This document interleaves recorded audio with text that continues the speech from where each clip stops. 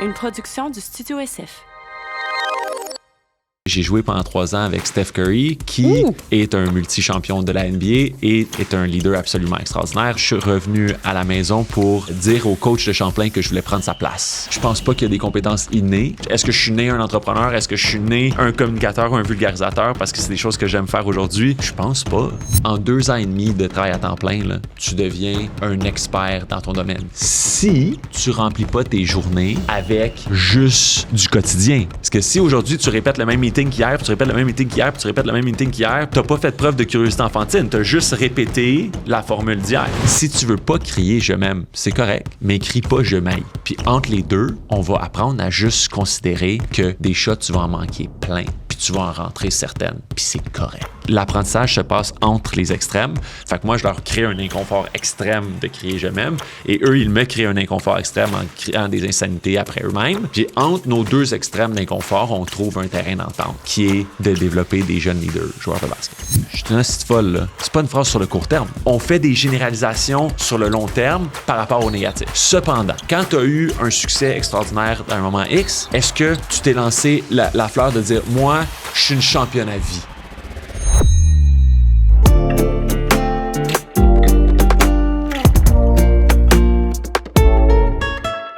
Bonjour tout le monde, bonjour. Bonjour Maxime. Bonjour. Maxime, est-ce que tu connais EasySign? Oui.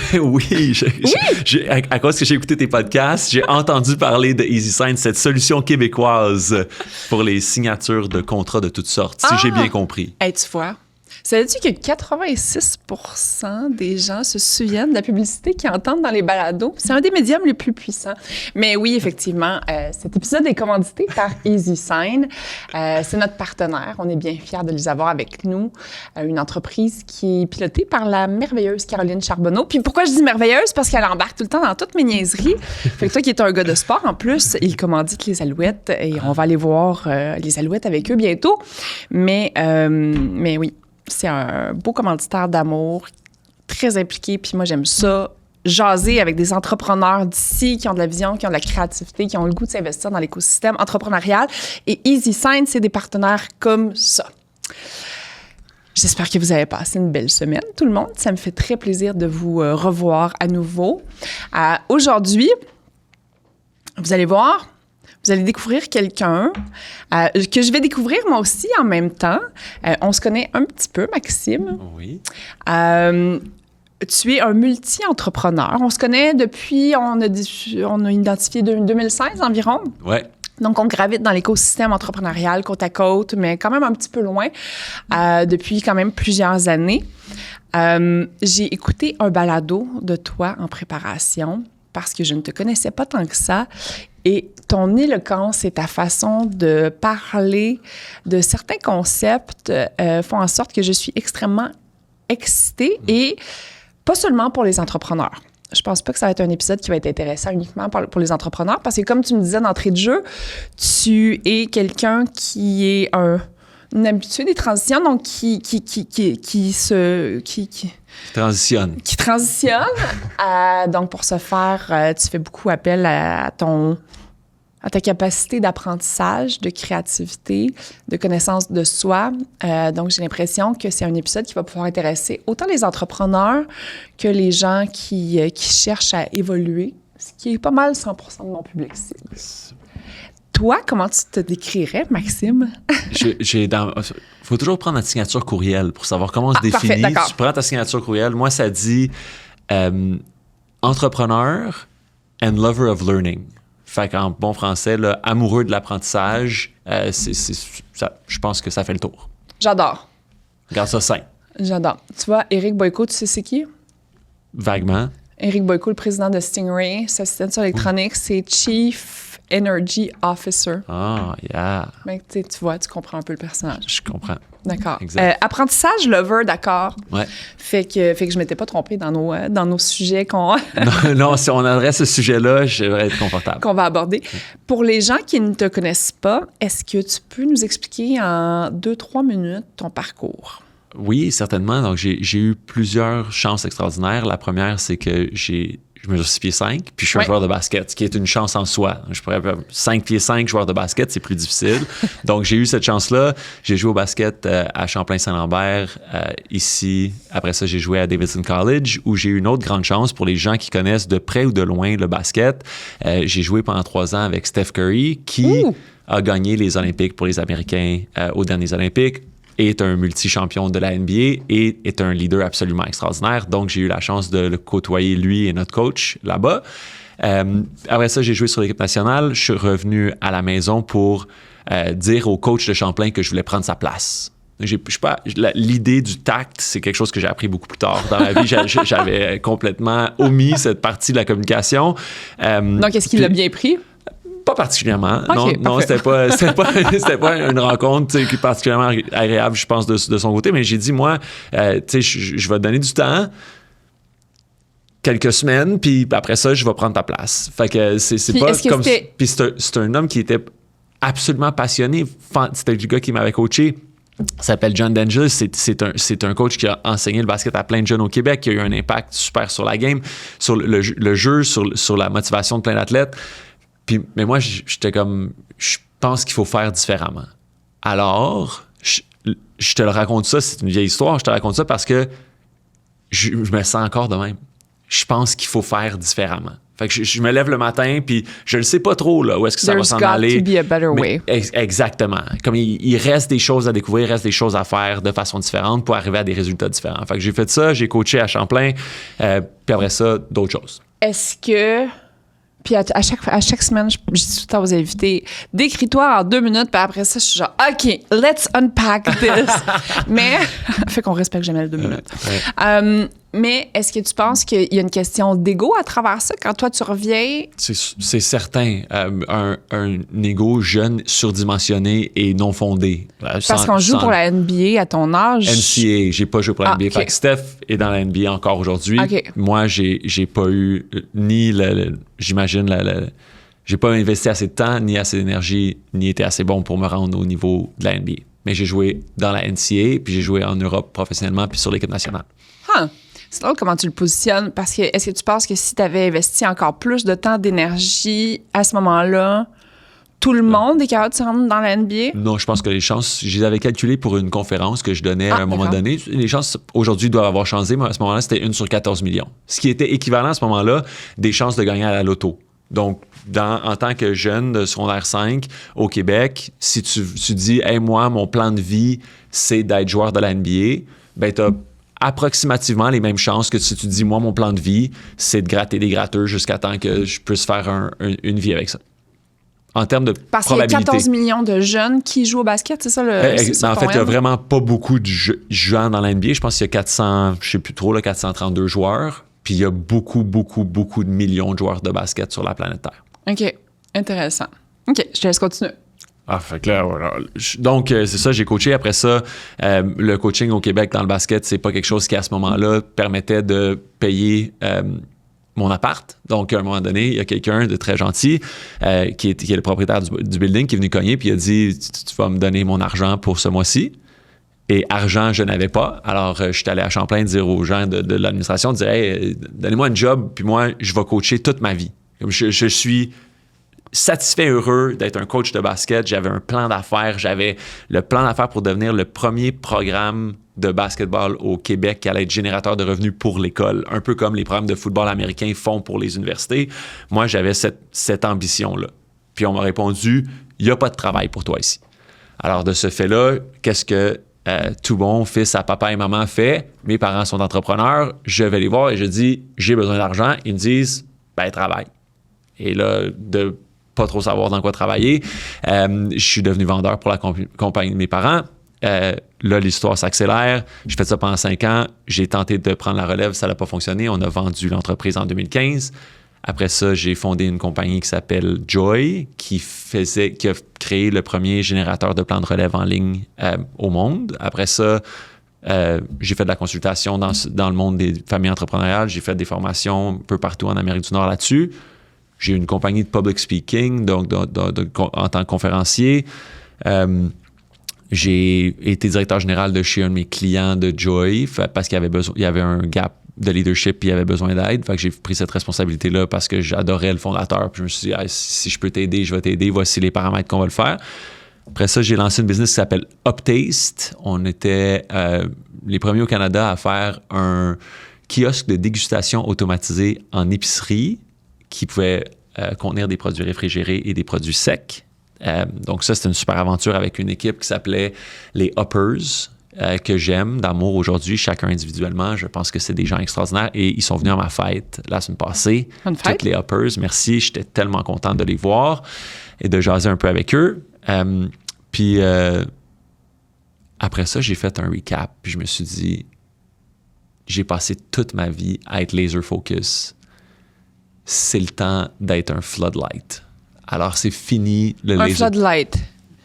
Un être de lumière. Non, floodlight dans le sens que le laser, il pointe dans une direction, il est très, très fin, puis il va à une place toujours connue. Tandis que le floodlight qui est là, il éclaire la pièce, et un diffuseur, il éclaire la pièce, puis il trouve ce qu'il trouve, puis la lumière éclaire qu'est-ce qui se trouve sur son passage. Donc, j'ai décidé, là, j'ai 40 ans cette année, je change, comme mon modus operandi se transforme, fini l'athlète, coach, entrepreneur hyper concentré, hyper performant sur des petits marchés. Je vais m'intéresser à tout, puis je vais voir qu'est-ce qui se passe. OK. Je suis là-dedans. Je suis J'adore intéressé ça. par tout. Je suis ouvert à tout. Quelqu'un me demande quelque chose, je réponds oui. OK. Comme être ici aujourd'hui. Max, veux-tu faire un podcast? Oui. Fait que, mettons, si je te pose la question, t'es où dans 5 ans? T'es pas capable de me répondre aujourd'hui. J'ai défini une affaire. D'accord. C'est que quoi? quand je me suis dit floodlight, mais tu sais, je suis quand même, je suis comme instinctivement le laser qui essaye d'être une lumière plus, un peu plus large. Donc, je me suis quand même fixé un objectif. C'est que ça serait à l'extérieur de moi-même de ne pas le faire. Donc, mon but, c'est de supporter dans leur quête 10 000 leaders au Québec. Je veux juste être là, être en support, être présent pour aider 10 000 leaders du Québec. Donc, cette passion-là du coaching te vient de la NCAA? Je sais pas si je le dis correctement. La source exacte m'est encore inconnue, mais oui, j'ai eu des coachs très bons et très mauvais. Comme tout est sur une courbe normale, là, donc tu en rencontres des très bons quand tu joues dans quelque chose pendant longtemps, puis tu en rencontres des très mauvais, c'est comme des coéquipiers, c'est comme des entrepreneurs, c'est comme des n'importe quoi. Tout le monde est sur la courbe normale. Donc, moi, je suis devenu coach pas pour suivre les extraordinaires, mais pour confronter les moins bons. Donc, j'ai en moi cette envie. Quand je vois quelque chose de négatif, j'ai pas envie de répéter le négatif, j'ai pas envie de l'accepter, j'ai envie de le changer. Alors, je suis coach, je suis plein d'affaires parce que j'ai envie de changement. OK.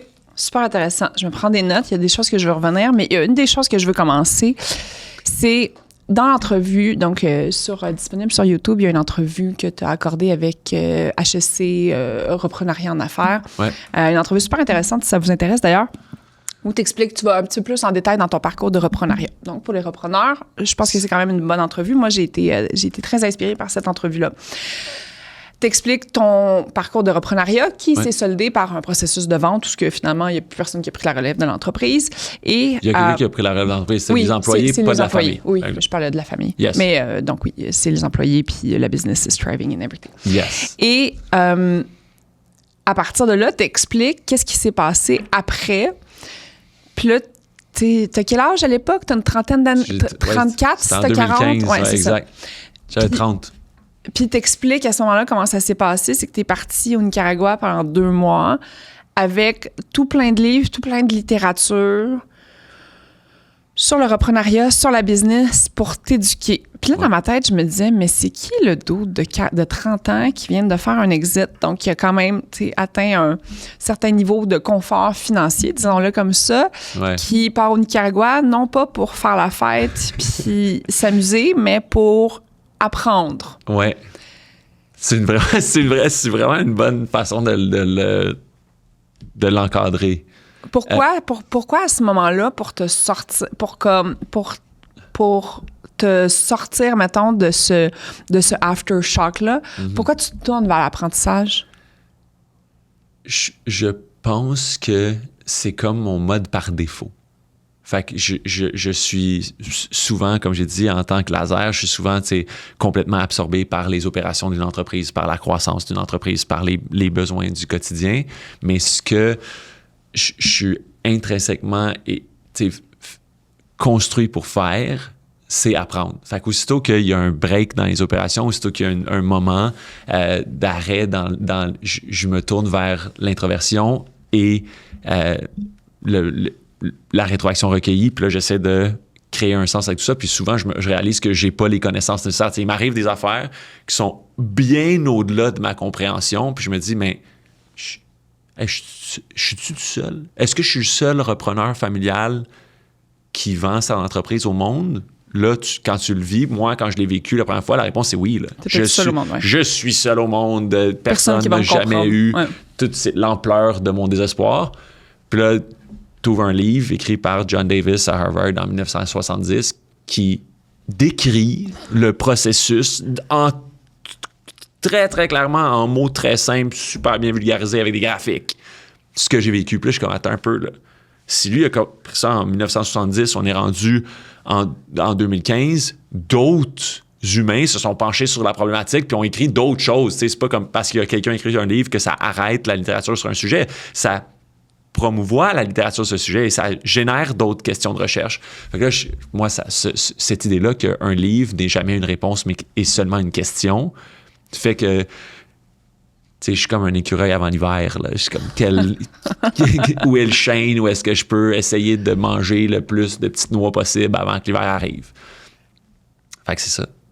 Quand il y a un moment de repos, j'apprends. Fait que là, pour ma fête de 40 ans, ma femme extraordinaire que j'ai la chance de partager ma vie avec, elle m'a dit, on a 2 jeunes enfants, puis elle a dit, pour ta fête, tu peux aller avec ton meilleur chum à Halifax, voir s'il y a des vagues là-bas. J'étais jamais allé là-bas, j'adore le surf, sold, je m'en vais à Halifax.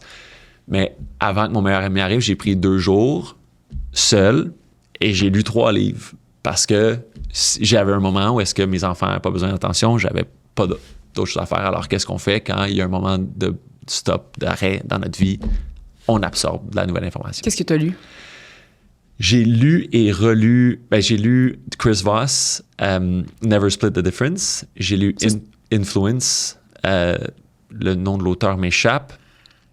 Puis je traîne toujours un livre que j'ai déjà lu. Hein? Fait que parce que quand tu lis en tout cas, moi, quand je lis de nouvelles affaires, là, ça fait comme une ébullition, des fois hors de contrôle. Puis là, je rouvre un livre que je connais un peu par cœur. Puis là, OK, page 6, mes notes sont déjà là. Puis là, c'est comme si ça pouvait créer des liens plus facilement. Donc, j'ai amené Qui a piqué mon fromage, affaire sur les souris, qui est à mon avis, tout à fait fantastique, puis qui est une allégorie pour l'entrepreneuriat.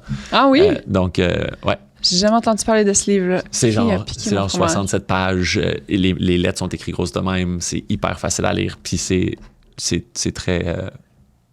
Est-ce que ça s'adresse juste aux entrepreneurs? Non, je pense que n'importe qui peut l'apprécier, là. C'est l'idée de la résilience, puis du travail acharné, puis tout ça, là. Quelle souris... quel type de souris sommes-nous, puis quels résultats on atteint par rapport à notre type de souris. C'est très simple, très imagé, quasiment enfantin, mais de ce fait-là, facile à comprendre puis à créer des liens. Puis, tantôt, tu me disais que... C'est quoi tu me disais? L'apprentissage est... En fait, l'apprentissage, je pense... En fait, la phrase que je voulais dire que je t'ai pas dit, c'est que je pense pas qu'il y a des compétences innées. Je pense qu'il y a très, très peu, quasiment pas de compétences innées. Genre, moi, est-ce que je suis né un entrepreneur? Est-ce que je suis né un communicateur ou un vulgarisateur? Parce que c'est des choses que j'aime faire aujourd'hui. Je pense pas. Je me souviens de mon premier oral d'école. J'ai pleuré, là. J'étais comme, puis là, j'ai regardé ma feuille, puis là, qu'est-ce que je vais leur dire sur les serpents? Je connaissais pas ça, les serpents. Il fallait que je leur parle de serpents en 2e année, puis ça s'est mal passé. Mais aujourd'hui, tu me dis, Max, on va se parler pendant 2 heures, pogne ton micro, jase de ça, puis je suis tout à fait à l'aise. Fait que je ne crois pas, de par mon expérience ou qu'est-ce que j'ai étudié ou appris, qu'on est avec des compétences. Cependant, on est avec une affaire. C'est la curiosité. Puis ce qui est malade, c'est qu'on l'oublie. Moi, qu'est-ce que je fais à tous les jours? Je suis prof maintenant, je suis consultant, j'ai une business de basket, je fais plein d'affaires. Puis sérieusement, je pense que ce que je fais, c'est la promotion de la curiosité. C'est ce que je fais. C'est tout. Qu'est-ce que tu fais, Max, aujourd'hui? La promotion de la curiosité. Tu vas faire un podcast pendant 1 heure, je vais faire la promotion de la curiosité. Je vais leur parler aux gens de à quel point je pense que c'est transformateur, borderline magique. Puis, est-ce que tu penses donc que tout le monde est curieux? À la base, absolument, pour une seule et unique raison, si tu as ceux qui ont des enfants ou ceux qui ont déjà été des enfants. Ce qui, pour les humains actuels, représente à peu près 100% tout le monde. Parce que c'est toi, ça, tu l'as été, ou soit tu en as eu, entre les deux, il y a pas mal tout le monde. Tout le monde qui écoute le podcast, qui d'entre vous ce matin a pensé que ce serait une bonne idée de se promener à 4 pattes? Peu d'entre nous. Les vendredis soirs, moi, ça m'arrive, mais... C'est plus un résultat. Moins. Exact. C'est un résultat de d'autres décisions qui ont été prises. Mais on prend rarement la décision de se dire « Hey, j'étais à la base un humain qui marche à 4 pattes. » C'est la curiosité qui fait qu'on passe de 4 pattes à 2 pattes pour voir plus loin, pour comprendre plus. Les enfants posent infinies questions quand ils sont jeunes, puis c'est normal. Les parents sont comme « Ah, dans toutes les cultures, c'est la même chose. Là. » Tu vas dans les enfants en Asie, les enfants en Australie, les enfants en Papouasie-Nouvelle-Guinée, ils posent des questions. Et, tristement, dans certaines cultures, cette curiosité-là s'estompe avec le temps. Est-ce que tu aurais tendance à dire, puisqu'on entend souvent que c'est comme le système scolaire un peu qui vient moi, je crois, tuer cette curiosité-là? Je ne sais pas si on la tue, mais je sais qu'on fait du renforcement positif pour des réponses. Oui. Hey, toi, tu as une bonne réponse. Moi, je te dis la réponse. Toi, tu me la répètes, je te donne un pourcentage. Si tu me fais 100 fois cet échange-là où je te dis quoi penser puis tu me le répètes, je te donne 100%. Oui. Bien, ça, pour moi, c'est un échange qui est néfaste pour la curiosité de nos jeunes. Parce qu'on on les encourage pas à questionner, on les encourage à répéter. Donc, ils deviennent vraiment super extra bons à répéter. Puis moi, j'étais sacoche dans le répétage. J'étais super... j'étudiais le vendredi soir... excuse-moi, jamais le vendredi soir. J'étudiais pas le vendredi soir. J'étudiais le jeudi soir pour l'examen du vendredi matin. Mais je passais toute la nuit. Fait que j'étais comme... Je le savais parce qu'un ami me disait que j'avais un examen le vendredi. Le jeudi, à la pratique de basket, comme « Hey Max, il y a un examen demain de telle affaire. » Sur quelle page? Parfait. Apprendre les pages par cœur, mais quand on fait ça, qu'est-ce qui reste? Je suis sûr que tu l'as déjà fait. Qu'est-ce qui reste dans ta tête quand tu absorbes trop d'informations en pas assez de temps? Moi, absolument rien. Moi non plus. Donc, excusez-moi, de toute ma vie... Moi, de mon parcours universitaire... Je suis restée à l'université très longtemps. Ouais. De mon parcours universitaire, c'est pas les connaissances que j'ai apprises qui me sont restées, mais c'est bien, mettons, respecter un deadline, travailler en équipe, comment faire ma recherche, la méthodologie, la structure de travail. Ça m'est resté. Ouais. Mais tout ce que j'ai appris... C'est parti. Bien, moi aussi. Fait que j'ai fini mon bac. J'ai un bac en sociologie de Davidson College. J'ai fini mon bac, puis dans mon dernier semestre, un prof m'a posé une question. Elle m'a dit, Max, fais-moi une liste de 100 questions sur la littérature de voile hauturière. Fait que j'ai été intéressé par la voile à ce moment-là. J'ai toutes sortes de choses bizarres qui me sont passées par la tête dans la vie. Donc, je suis encore intéressé par la voile. J'adore faire de la voile. J'en fais jamais, mais j'aime ça pareil. J'en fais pas, mais j'ai déjà un bateau, j'ai bien aimé ça. Puis on me demande, écris-moi 100 questions. Puis là, je suis comme, 100 questions. Moi, j'en connais 2. Là. Qu'est-ce que Tabarly a fait? Qu'est-ce que c'est des noms de marins que j'avais étudiés? Comme, non, c'est pas ce genre de questions-là que je veux. Puis là, je suis comme, attends un peu, là. Mon examen final de mon cours de dernier semestre d'université, c'est de poser 100 questions. Je suis comme, ben, je le sais pas, là. J'en ai pas de questions. Elle est comme, ben, c'est ça, être humain. Trouve des questions. Puis plus parce que nos bébés sont infiniment curieux. La curiosité enfantine. Comment? Pourquoi mon Victor, là? Victor et Charlotte, mes 2 enfants, ce soir, je vais dire à Victor, je suis allé à un podcast. J'en ai pour 20 minutes minimum. Il y a 4 ans et demi. Avec qui? Ses cheveux étaient comment? Étais-tu grande? Qu'est-ce qu'elle disait? Elle parlait-tu en français ou en anglais? Vous avez parlé de quoi? Faisait-tu chaud? Mais ça, ça, pour moi, c'est ça la vie, c'est ça être humain, c'est notre infinie capacité à être curieux. Mais tristement, le renforcement positif au répétage fait que plusieurs d'entre nous perdent ça. Puis moi, je me tiens, grand et fort, contre la vague des répéteurs. Puis j'essaye de faire la promotion en n'utilisant pas en disant pas aux gens que c'est mauvais ce qu'ils font ou qu'ils devraient le faire différemment, juste en moi-même, faisant les choses de façon légèrement différente pour tenter de faire la promotion de la curiosité. J'adore ça parce que moi, je suis une très grande curieuse aussi. Mm-hmm. Très, très, très, très grande curieuse. Tout s'apprend dans la vie et assez facilement en plus. C'est ça l'affaire qui est le fun, hein? J'ai une formule pour toi. OK, oui, parfait. Mais ce que j'ai appris, moi, dans la vie, c'est que tout s'apprend et assez facilement. Ouais. Et tu vois, comment je me sers de ChatGPT? Parce que je m'en sers énormément dans une journée, mais c'est que je lui demande tout le temps. La question préférée que j'aime lui poser, c'est pose-moi une liste de questions exhaustives pour m'aider à comprendre un sujet. Fait que, tu sais, sors-moi des 100 questions, ça, tout le temps, parce que j'aime pas ça qu'ils me fournissent comme des réponses. Je veux qu'ils m'aident à expand ma curiosité puis essayer de comprendre le plus possible d'un seul sujet. Tu parles d'une formule. C'est pour ça qu'il faut que tu viennes dans mon cours. Parfait. Il faut que tu viennes dans mon cours juste leur dire cette phrase-là. Tu viens leur dire, tu fais, quand vous utilisez étudiants de ce monde, quand vous utilisez ChatGPT, demandez-lui de vous donner des questions et pas des réponses. Mais je lui demande tout le temps, je veux faire telle chose, comment je m'y prendrais, mettons. Puis après ça, je suis comme, OK, maintenant que je comprends un peu la structure puis la méthodologie, comment je dois y arriver, maintenant, comme, tu sais, pour comprendre toutes les bases, j'ai besoin qu'il me pose toutes les questions. Oui. Tu parles d'une formule.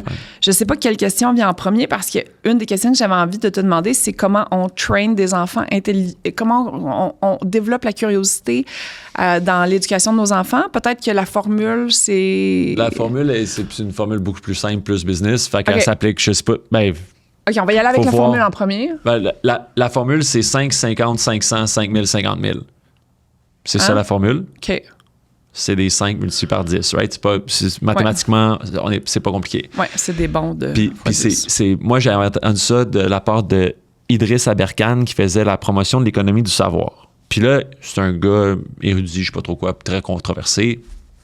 Y a-tu raison, y a pas raison? Moi, je le sais pas. J'ai jamais la prétention de savoir qui a raison ou pas raison. Ouais. J'ai entendu ça, je trouve ça intéressant. Ça l'a collé. Il dit, en 5 heures, tu peux t'introduire à n'importe quelle connaissance. Fait que si toi, demain matin, tu dis, hey, moi, de la voile, ce gars-là, Max, dans le podcast, m'a parlé de ça. Je connais rien là-dedans. Je vais prendre 5 heures de ma vie puis je vais démontrer de la curiosité enfantine par rapport à ce sujet-là. La voile ou la chimie, je sais pas quoi, ou la physique quantique, en 5 heures... Je pense pas que 5-50, ça marche pour la physique quantique, mais... Tu serais surprise. OK, mais faisons l'exercice pour ça, parce que moi, c'est un des sujets qui me... En tout cas... Tu sais, la voile, je comprends que 5-50... 500, 5000, 5000. Mais la physique quantique, j'ai l'impression que même les gens qui investissent 5 millions d'heures dedans dans leur carrière, ils ont encore de la misère à comprendre. En fait, 5 millions d'heures... Fait qu'il y a 168 heures par semaine. Pour 24 fois 7, 168. Puis, fait que 5 millions d'heures dans une carrière, ça n'existe pas. Mais non, il faudrait qu'il ait vécu comme 100 lifetimes. Mais là, si tu veux qu'on aille parler des vampires puis de l'immortalité, c'est un sujet qui est moins familier pour moi. Je peux moins t'aider. Mais admettons qu'on s'en tient aux humains normaux. D'accord. La voile, admettons. On peut prendre cet exemple-là ou on peut prendre l'entrepreneuriat ou on peut prendre le leadership. Ouais. Prenons le leadership parce que ça s'applique à tout le monde. Oui, pas juste les entrepreneurs. Oui. Tout le monde peut faire preuve de leadership si on y croit. Right? Fait que tu peux pas faire preuve de leadership si tu crois pas que tu peux faire preuve de leadership. C'est le seul bloquant. Ça, oh mon Dieu, j'aime ça. Ça, là, ça va dans un clip, ça. Clip. Mathilde, clip! Tout le monde peut faire preuve de leadership. Vas-y, pourquoi? Démontre. Comment on fait? Admettons le leadership. Là, toi, tu dis, ce gars-là, leadership, il n'y a pas rapport. Google, leadership. 5 heures plus tard. Là, tu as regardé des YouTube clips, TikTok, leadership, tu es allé sur ChatGPT aujourd'hui, Claude, je sais pas trop quel autre. Puis là, ça fait 5 heures que ça parle de leadership. Là, tu comprends qu'il y a différents styles. Puis tu comprends que tu peux être un autocrate ou tu comprends que tu peux être démocratique. Là, il y a des tendances. Puis là, tu vois qu'il y a comme un courant historique de tout ça. Puis tu dis, OK, fait que ça a évolué. OK, cool. En 5 heures, tu as tout compris ça. En 50 heures... Est-ce que tu es un bon leader après 5 heures? Non. À mon humble avis, tant que tu l'as pas fait, t'es pas bon. Fait que tu peux l'avoir, tu peux le comprendre. Ce qu'on dit, t'es entré dans la connaissance. Fait que t'es juste comme, leadership, je sais ce que c'est. Je connais les termes. En voilier, là, tu peux pas traverser sur l'océan. Là. Tu passes 5 heures à lire un livre de voile. Ceux qui ont l'idée de faire ça, allez pas sur l'Atlantique. Là. Ça va pas aller bien. Fait que après ça, en 50 heures de curiosité enfantine, donc où est-ce que tu t'intéresses réellement à ton sujet, tu peux comprendre assez pour passer à l'action. Fait que 50 heures de cours de voile, là, embarque sur ton dériveur, ça va bien aller. Un cours élémentaire de base, c'est 50 heures. Ça va bien aller. Tu peux... Tu connais 2-3 nœuds. Ah, exact. Le nœud de chaise, c'est le plus important, les autres, c'est pas important. En 50 heures, là, si tu as le nœud de chaise, puis tu comprends quel bout tirer, ça va bien aller. En 500 heures, si tu veux devenir prof de yoga, il y a plein de monde qui sont devenus profs de yoga depuis quelques années, ça prend combien de temps? Le cours, c'est entre 200 et 500 heures, dépendamment de la profondeur du cours. En 500 heures, tu peux enseigner quasiment n'importe quoi. En 5000 heures, là, tu as la chance... Dans une année normale, on passe 2000 heures à 1800 heures à travailler. Fait que, tu sais, en 2 ans et demi de travail à temps plein, là, tu deviens comme un expert dans ton domaine. Si tu remplis pas tes journées avec juste du quotidien. Parce que si aujourd'hui, tu répètes le même meeting qu'hier, puis tu répètes le même meeting qu'hier, puis tu répètes le même meeting qu'hier, puis il ne s'améliore pas, tu n'as pas fait preuve de curiosité enfantine. Tu as juste répété la formule d'hier. Fait que c'est toutes ces heures-là de répétage, de là mon appréciation négative pour le répétage. Le répétage, ça ne donne à rien. Donc, en 5000 heures, tu deviens un expert. Puis en 50 000 heures, Idriss Aberkan, ce qu'il propose, c'est que tu deviens un trésor national. C'est n'importe quel humain qui a investi dans n'importe quel sujet. 50 000 heures de curiosité enfantine devraient être protégés. Ces humains-là, on devrait comme leur offrir un following de TikTok, plus des coussins pour pas les maganer, plus toutes sortes d'affaires, pour être sûr que ces gens-là puissent continuer à véhiculer leur passion. Fait que 5, 50, 500, 5000, 50 000. J'aime ça. Puis moi, j'avance tranquillement. Il y a juste 160 heures dans la semaine, mais j'avance.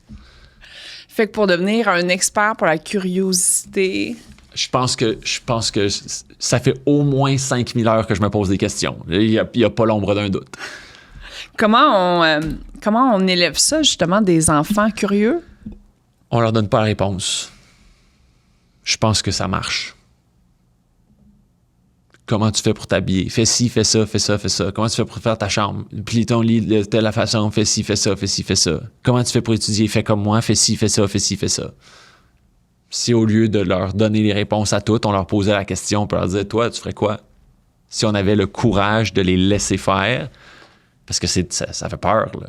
Tu sais, mon fils, il a 4 ans et demi, puis il m'a demandé, il voulait aller en randonnée. Il a des drôles d'envie. Il dit, je veux aller en randonnée. Je dis, OK, parfait. Où? On habite à Mont-Saint-Cyr, dans la montagne. Je suis parfait. Comment tu vas faire pour aller là? Ben, tu vas m'emmener en auto. OK, parfait. On arrive en montagne. On est là. Il dit, parfait. On s'en va par là. Je suis le kid. Il dit, bon, mais là, je peux-tu le faire tout seul, le trajet? À 4 ans et demi, il était prêt. Là. Il était comme, tu l'as fait avec moi une fois, là, je peux le faire tout seul. Là, j'ai trouvé une façon parce que j'ai trop eu peur. J'ai papa, poule, trop peur. J'ai dit, tu vas aller avec ta cousine. Fait que là, appelle la cousine qui habite à Belleuil, fais venir la cousine, puis là, ils sont partis faire un trek que c'est eux deux qui ont l'idée pour revenir à leur point de départ dans la montagne de Saint-Hilaire. Mais ça demande énormément de courage des parents parce que c'est tellement plus le fun de leur dire quoi faire parce que tu es sûr de contrôler l'outcome. Hey, mon gars, tourne à droite, tourne à droite, tourne à droite, tourne à droite, tourne à droite. Il faut que je te vois tout le long puis tu vas revenir ici. Ça, c'est sécuritaire. On sent bien quand on fait ça. Mais on participe à créer des répéteurs. Mais tu vois... Je participe à créer des répéteurs parce que moi aussi, je fais ça. Ouais. Mais tu vois, mettons... Tu sais, dans les valeurs qui sont le plus importantes dans comment j'éduque mon garçon, l'autonomie en fait partie. Fait que, mettons, tu sais, il y a 10 ans, quand il avait 9 ans, l'année passée, tu sais, pour moi, c'était important, mettons, tu sais, qu'il aille au parc. On habite pas loin du parc La Fontaine. Va au parc tout seul, va jouer au soccer pendant X nombre de temps. Tu reviens à un moment donné. Pas trop de paramètres. peux te dire que cette fois-là, quand il est revenu à 8h15, maman stressait, mais je voulais pas aller le chercher. Je voulais pas. Je me suis fait grande violence. Ouais. Fait que ça, l'autonomie, j'ai comme l'impression que je réussis quand même relativement bien. Mais la curiosité, tu vois, l'autonomie... maintenant que tu me fais penser, je me dis, est-ce que j'ai l'impression que tu sais, mettons, ces devoirs, j'ai tendance à y montrer beaucoup comment, tu sais, un peu la méthodologie de maman, comment... Mais c'est ça, je pense que ce que j'essaie d'y enseigner, c'est peut-être l'organisation, la structure de travail. En tout cas, je sais pas. Mais peut-être pas si la curiosité. C'est ça, mais la méthodologie de comment travailler, c'est juste une autre compétence, right? Fait que, savoir écrire en français, c'est une compétence. Apprendre à écrire en français. Puis, savoir comment prendre des notes dans un agenda, c'est juste une autre compétence, right? Fait que si le défi de quelqu'un qui veut faire la promotion de la curiosité, c'est de se casser la tête bien comme il faut à trouver la bonne question. C'est ça qui est dur. Fait que si tu veux... Parce que trouver la réponse, c'est tellement plus facile. Mais trouver la bonne question, c'est infiniment plus difficile. Fait que si tu veux apprendre Parce à ton que c'est ça que kid- ta prof qui t'a demandé de bâtir une liste de 100 questions, c'est ça qu'elle voulait t'inculquer. Puis ça a marché. À poser des questions. J'ai commencé à apprendre à 24 ans, le jour de la fin de l'université. Quand elle m'a dit que elle allait me donner une excellente note pour mes questions, puis qu'elle les avait pas lues. Elle a dit, t'as passé 3 mois, je t'ai vu, t'as écrit au moins 1000 questions. T'en as choisi 100, puis t'es as mis sur le papier, tu vas avoir une très bonne note. J'ai pas besoin de les lire. J'étais comme, oh my God. Tu sais, cette madame-là, c'est comme, elle est illuminée, là. Elle est en moi, j'étais comme, OK, j'avais tout... Tu sais, j'aurais pu rien faire. J'aurais pu juste, tu sais, copier-coller une liste de questions de Google. Là, ça existait dans ce temps-là. J'aurais pu juste copier-coller 100 questions. Ben oui. Mais elle avait réussi à créer en moi ce sentiment-là qui est maintenant insatiable de curiosité, de comment est-ce que je pourrais le faire différemment, qu'est-ce qu'on peut faire avec ça, comment on peut approfondir ceci ou cela. Fait que pour quelqu'un qui écoute à la maison puis qui se dit « Je veux développer ma curiosité », Oui. je suis un peu... Parce que curiosité, créativité, main dans la main? Bien, curiosité, je pense que c'est le début. Ouais. Pour être la créativité, c'est être capable de mettre les choses en action. Tu sais, quand tu fais une activité créative, on prend quelque chose de visuellement créatif, tu veux faire une œuvre d'art. Admettons, tu veux peinturer quelque chose. Ma sœur, je vais faire de la promotion ici, ma sœur Annie est une artiste professionnelle d'énorme talent et elle a un cerveau créatif extraordinaire. Elle dit, OK, il faut faire une toile. L'action de créer la toile, c'est d'exercer sa créativité. Moi, quand je m'intéresse à ce qu'elle fait, puis je m'intéresse à comment elle fait, puis je m'intéresse au marché de l'art, puis je m'intéresse au marché international de l'art, aux art fairs du monde, à comment ça se distribue, la logistique de transport, comment la relation entre un galériste et un artiste, ça gère comment cette affaire-là. Ça c'est de la curiosité. C'est pas de la créativité, j'invente rien, je fais juste tenter de comprendre. C'est drôle parce que Mathilde que tu as rencontrée, je travaille avec Mathilde puis Mathis, puis c'est 2 kids. Là. Mathilde ne doit pas aimer ça. Là. Elle a presque 30 ans. Là, mais moi, j'aime ça travailler avec les plus jeunes parce que justement, tu sais, les codes, tu sais, comme, tu sais, des plus jeunes crinqués qui ont soif d'apprendre, curieux, qui ont envie de se développer. Mais ils m'ont donné des devoirs. Ils sont venus chez nous la semaine passée jusqu'à 3 heures. On a brainstormé. On a parlé de différents trucs. Tu sais, pas d'alcool, rien. Là. Juste genre... Jusqu'à 3 heures sans alcool. Ouais. Mais c'est ça, hein, les Gen Z. Ouais.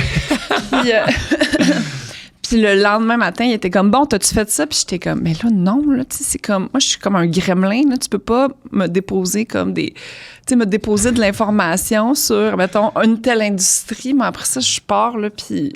Ouais. C'est un loophole, là, tu sais, dans le sens que c'est un trou noir, puis je me perds pendant 4-5 heures, puis j'ai besoin de tout comprendre sur l'histoire de...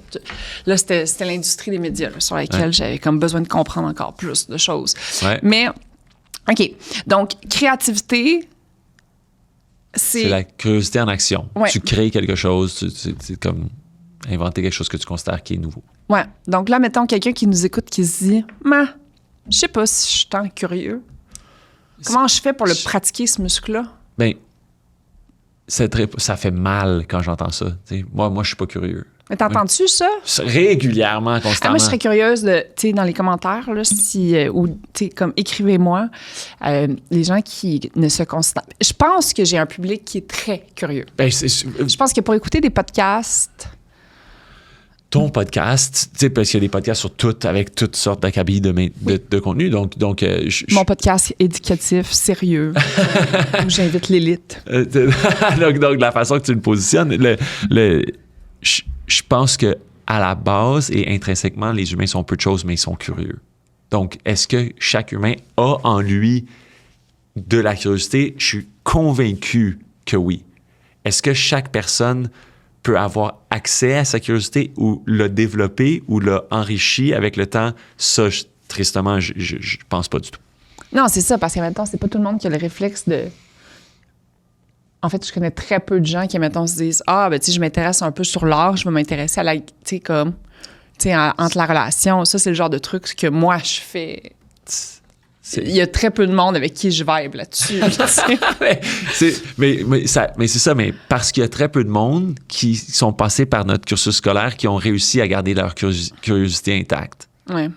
Mais c'est ça, je pense qu'on n'a pas le choix aussi. En tant qu'entrepreneur, tu n'as pas le choix de le développer, ce muscle-là de créativité, de recherche, de tendance, d'essayer de comprendre de toute la logique, comme l'opérationnalisation, toutes les dimensions de... Fait qu'à un moment donné... Puis moi, je connais des entrepreneurs. Là, mes parents, là, moi, mon père, là, c'est un entrepreneur. Puis lui, là, il aime ça vendre. Mais il vendait pas comme moi, j'essaie de vendre, tu sais, comprendre l'ampleur du problème, blablabla, puis là, nanana, créer dur.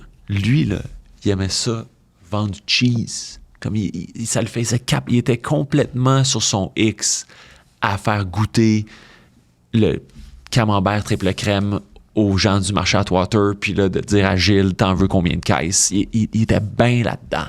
Il s'était valorisé là-dedans. Fait que les entrepreneurs sont pas tous comme nous. Nous, on semble vibrer sur l'idée qu'il faut utiliser notre curiosité. Moi, j'ai plein d'amis qui sont entrepreneurs, qui font plein d'argent, puis c'est des opérateurs qui sont dans des franchises. Ouais. Et les questions, là, si t'es un franchisé McDonald's, tu sais, il y a des questions qu'il faut que tu te poses sur comment tu vas maximiser ton output, mais il y a beaucoup de questions qui sont déjà répondues. Là. Oui. Le brand de McDonald's, tu vas pas le transformer là, si t'es un franchisé. Mais ça fait pas d'eux des moins entrepreneurs. C'est juste qu'ils ont une perspective différente qui est axée sur autre chose. Fait que l'entrepreneuriat, en tout cas, c'est un de mes sujets de cours, donc on pourrait plonger là-dessus. C'est quelque chose qui m'intéresse énormément. Oui, parce qu'une des questions qu'on se posait, c'est... En fait, tu me disais, j'enseigne l'entrepreneuriat. Puis là, je me disais, oui, mais est-ce que ça s'apprend l'entrepreneuriat? Fait que si on a encore de la curiosité... Donc, je reviens au départ. Il y a peu ou pas de compétences qui sont innées, selon moi, à part la curiosité. Donc, si quelqu'un a maintenu sa curiosité puis un jour se dit « Hey, l'entrepreneuriat, ça me tente », moi, je considère que toutes les compétences nécessaires qui ont été répertoriées par des scientifiques dans la méthode sont apprenables, une après l'autre, avec le temps et l'énergie nécessaire. Mais tu vois, mettons... Ça prend beaucoup de temps. Tu sais, si on change la question, mettons. Ouais. Puis si on se dit, est-ce que je vais prendre ma meilleure amie, que je prends tout le temps en exemple, est-ce que, tu sais, c'est une designer graphique, DA, donc c'est une artiste. Ouais, comme ma sœur. Moi, je suis extrêmement créative. Ouais. Moi, mettons, tu sais, faire de la recherche pour bâtir un site web, pour faire ma recherche sur les mots-clés SEO que je dois utiliser. Pour moi, j'exprime ma créativité. Ouais. Bâtir un forecast prévisionnel sur les 3 prochaines années, pour moi, c'est full créatif. Oui, c'est full créatif. Mais d'un autre côté, est-ce que je serais capable d'être trainée pour devenir une bonne artiste visuelle, par exemple? Parce que c'est quelque chose que j'adore. Tu sais, j'aime exprimer ma créativité par la photo, des trucs comme ça. Ouais. Mais tu vois, j'ai pas l'impression... Sûrement que si je mettais 50 000 heures, peut-être. Mais j'ai comme l'impression que... C'est pas de mettre 50 000 heures, c'est d'exercer ta curiosité enfantine en la matière pendant 50 000 heures. Je suis sûr et certain... Que je deviendrais une bonne artiste. Oui. Non, mais là, la définition de bonne, est-ce que c'est une artiste reconnue ou c'est une artiste compétente? Là, c'est deux choses complètement différentes. Je pense que je serais meilleure à être une artiste reconnue. Ça, c'est Puisque compétent. ton funnel de marketing va être bien structuré, Oui. puis il va y avoir des acheteurs de tes toiles. C'est qui est tout à fait clé si on Je vais veut me lancer faire de un podcast l'argent sur l'art. en tant qu'artiste. Je vais faire du PR, je vais Mais- savoir où aller. C'est ça, exact. Donc, moi aussi, j'aurais très confiance en ta capacité de vendre tes toiles. Maintenant, il faudrait que tu investisses beaucoup de temps pour faire pour des les toiles. faire. Je sais pas. Tu vois, mettons, on parlait de Barack Obama. Ouais. Tu disais, oui, mais tu sais, est-ce que c'est juste parce qu'il s'est pratiqué qu'il a fait des oraux sur les serpents? Es-tu devenu un orateur extraordinaire à la naissance? Est-ce que Barack Obama, première fois que son tes prof enfants- d'anglais il a parlé... Mais tes enfants, tu le vois, t'as deux petits humains, Ouais. ça doit être deux humains fondamentalement différents. Tu le vois Ouais. que ton gars, tu peux le pousser, genre...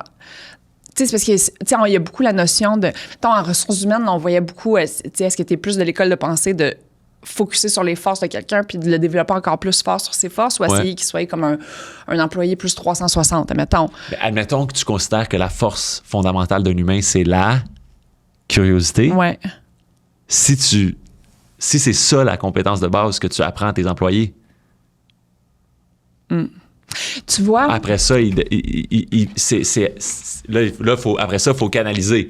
Parce que là, si tout le monde se porte dans de la curiosité non canalisée, sans direction, ben là, je pense que tu vas pas faire d'argent. Parce que là, tu vas avoir beaucoup de projets d'R&D et pas beaucoup de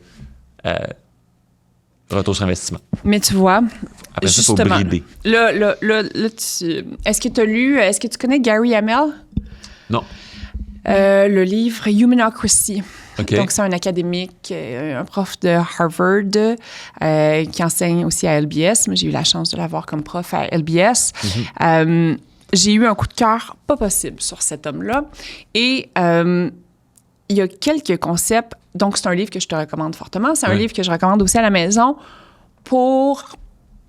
si tu travailles, mettons, dans une grande organisation, mettons, tu travailles chez Québécois, ça ne sert peut-être pas à grand-chose de lire. Si tu travailles dans une start-up, dans une agence de pub, peu importe, quelque chose qui est un petit peu plus petit, parce que c'est un modèle de gestion. Et Humanocracy, pour moi, tu vois, mettons, au début, j'ai lancé Cookit et on était une gang de crinqués. J'engageais pas sur une description de poste, j'engageais sur... Ton goût de te lancer, de un, faut Ça que t'y prend la trouves, prise de là. risque. Après ça, à quel point tu es fort. Donc, tu as un couteau suisse fort, et que tu es capable de porter plusieurs chapeaux. Et ça, pour moi, ça a été une des périodes que j'ai le plus aimé dans Cookit, parce que je travaillais avec mes Paul de ce monde, mes Élic de ce monde, mes Laurence de ce monde, qui étaient des gens qui étaient capables d'avoir plusieurs chapeaux en même temps, mais qui avaient le couteau entre les dents, puis c'était des AAA players, puis genre, on gaulait. Puis plus tu grandis dans ta business, plus, ben là, on t'apprend... Non, c'est important de structurer. Là, il faut des VP. Là, il faut comme une structure de gestion. Il faut un calendrier de gestion. Tu sais, il y a beaucoup de choses. Maintenant, avoir un calendrier de gestion, savoir c'est quand t'es board, pour savoir quand est-ce qu'il faut que tu sortes tes états financiers, pour savoir c'est quand ton comité de gestion, pour savoir comment structurer un meeting. Ça, pour moi, là, c'est du bonbon à mes oreilles. Mais après ça, moi, j'ai pas eu de fun à opérer une start-up de 500 employés, mettons. Ouais. Parce que là, j'ai appris, tu sais, on l'a comme trop structuré. Puis j'ai trouvé qu'on avait tué un peu la créativité, l'innovation, la rapidité, l'agilité. Ouais. Puis quand j'ai entendu Gary Hamel parler de Humanocracy, en fait, ce qu'il racontait, lui, c'est que... En tout cas, il montrait une slide super intéressante que toutes les théories de gestion... Ouais. Il y a eu beaucoup d'élaboration de nouvelles théories de gestion. Ouais. Et dans les 30 dernières années, il n'y en a pas eu tant que ça. Ouais. Et le modèle humanocratique, c'est qu'en fait, tout le monde fait un peu comme tout. C'est une organisation qui est beaucoup plus horizontale, et ça, pour moi, c'est un modèle qui m'a beaucoup parlé. Je ne sais pas pourquoi je parle de ça, là.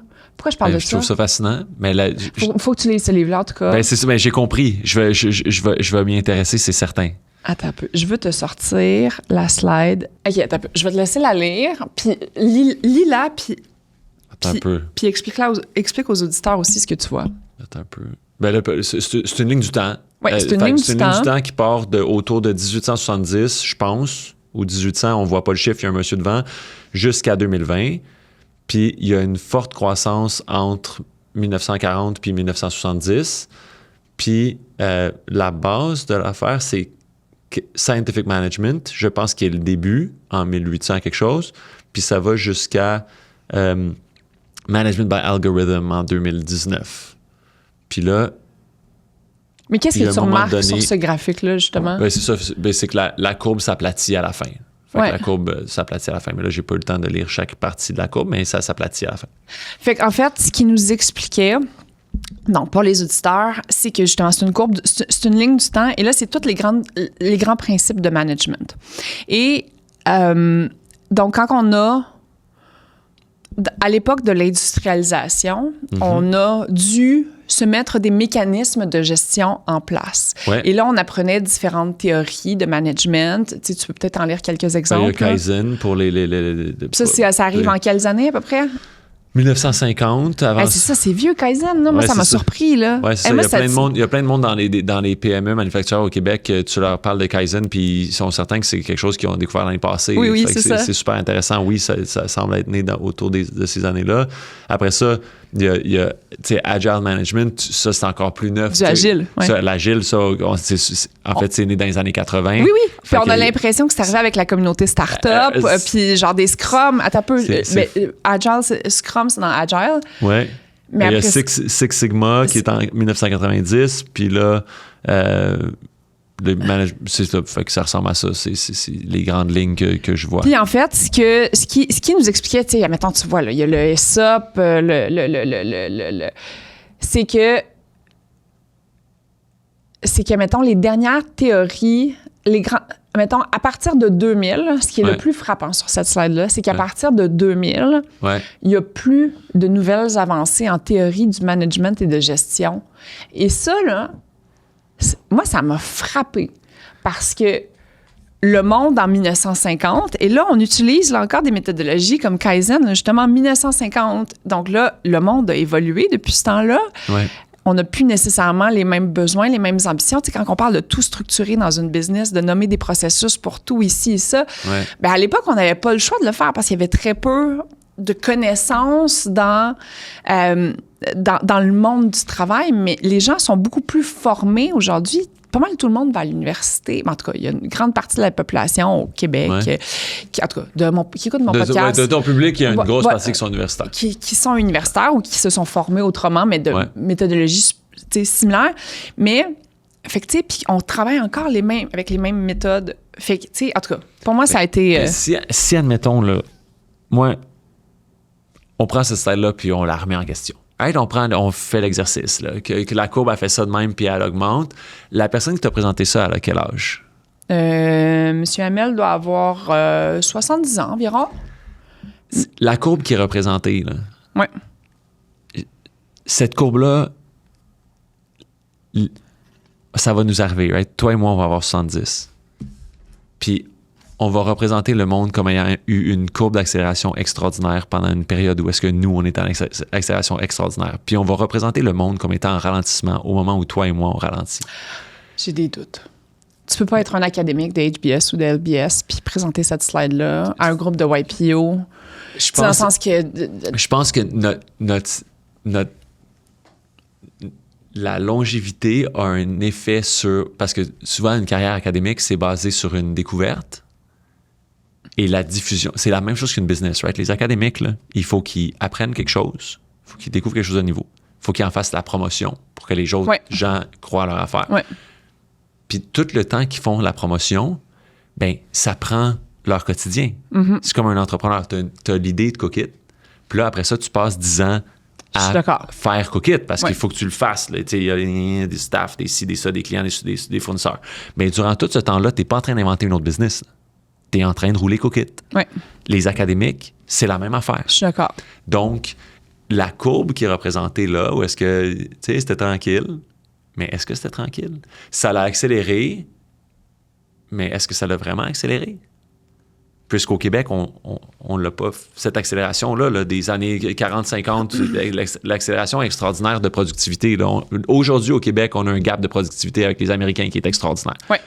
Ben, ce gap de productivité-là, il est né d'un moment donné où est-ce qu'il y a eu plus d'augmentation de la productivité quelque part, puis il y en a eu moins ici. Fait qu'on peut pas se dire que les choses sont allées vite à un moment X, ils vont vite à différentes places, à différents moments. Fait que moi, ce que je pense, c'est que aujourd'hui, il y en a plein de nouvelles théories de la gestion. Il y en a plein. Si tu demandes à ChatGPT, comme flow management, c'est pas sur la liste. Mihai Csikszentmihalyi n'est pas là. Sa théorie n'est pas sur la liste. OK. Puis là, lui, c'est lui, il est fini, là. Mihai Csikszentmihalyi, je pense qu'il est décédé. En tout cas, c'est vieux. C'est un théoriste de la gestion qui a pensé à une autre affaire. Mais lui, il a fait naître plein de petits Mihai Csikszentmihalyi qui pensent comme lui et qui ont des nouvelles idées. OK, fait que ton exemple, c'est Mihai Csikszentmihalyi. Mathilde, tu comprends, tu sais quoi ce mot-là? C'est impossible à écrire. C'est impossible. Moi non plus, je pourrais pas te l'épeler. Puis la façon que ça s'épelle, c'est absolument pas la façon que ça se dit.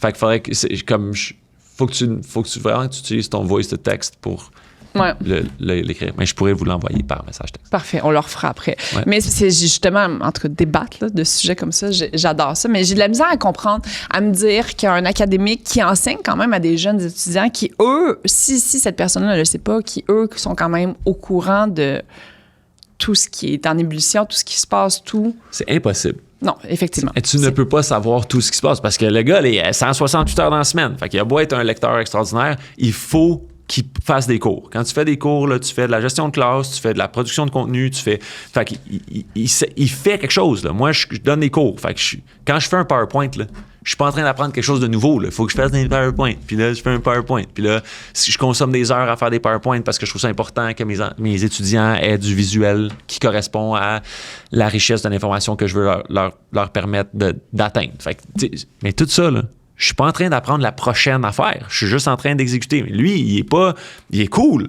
Moi, je ne remets pas en question le fait que cet homme-là est extraordinaire. C'est sûr qu'il est extraordinaire.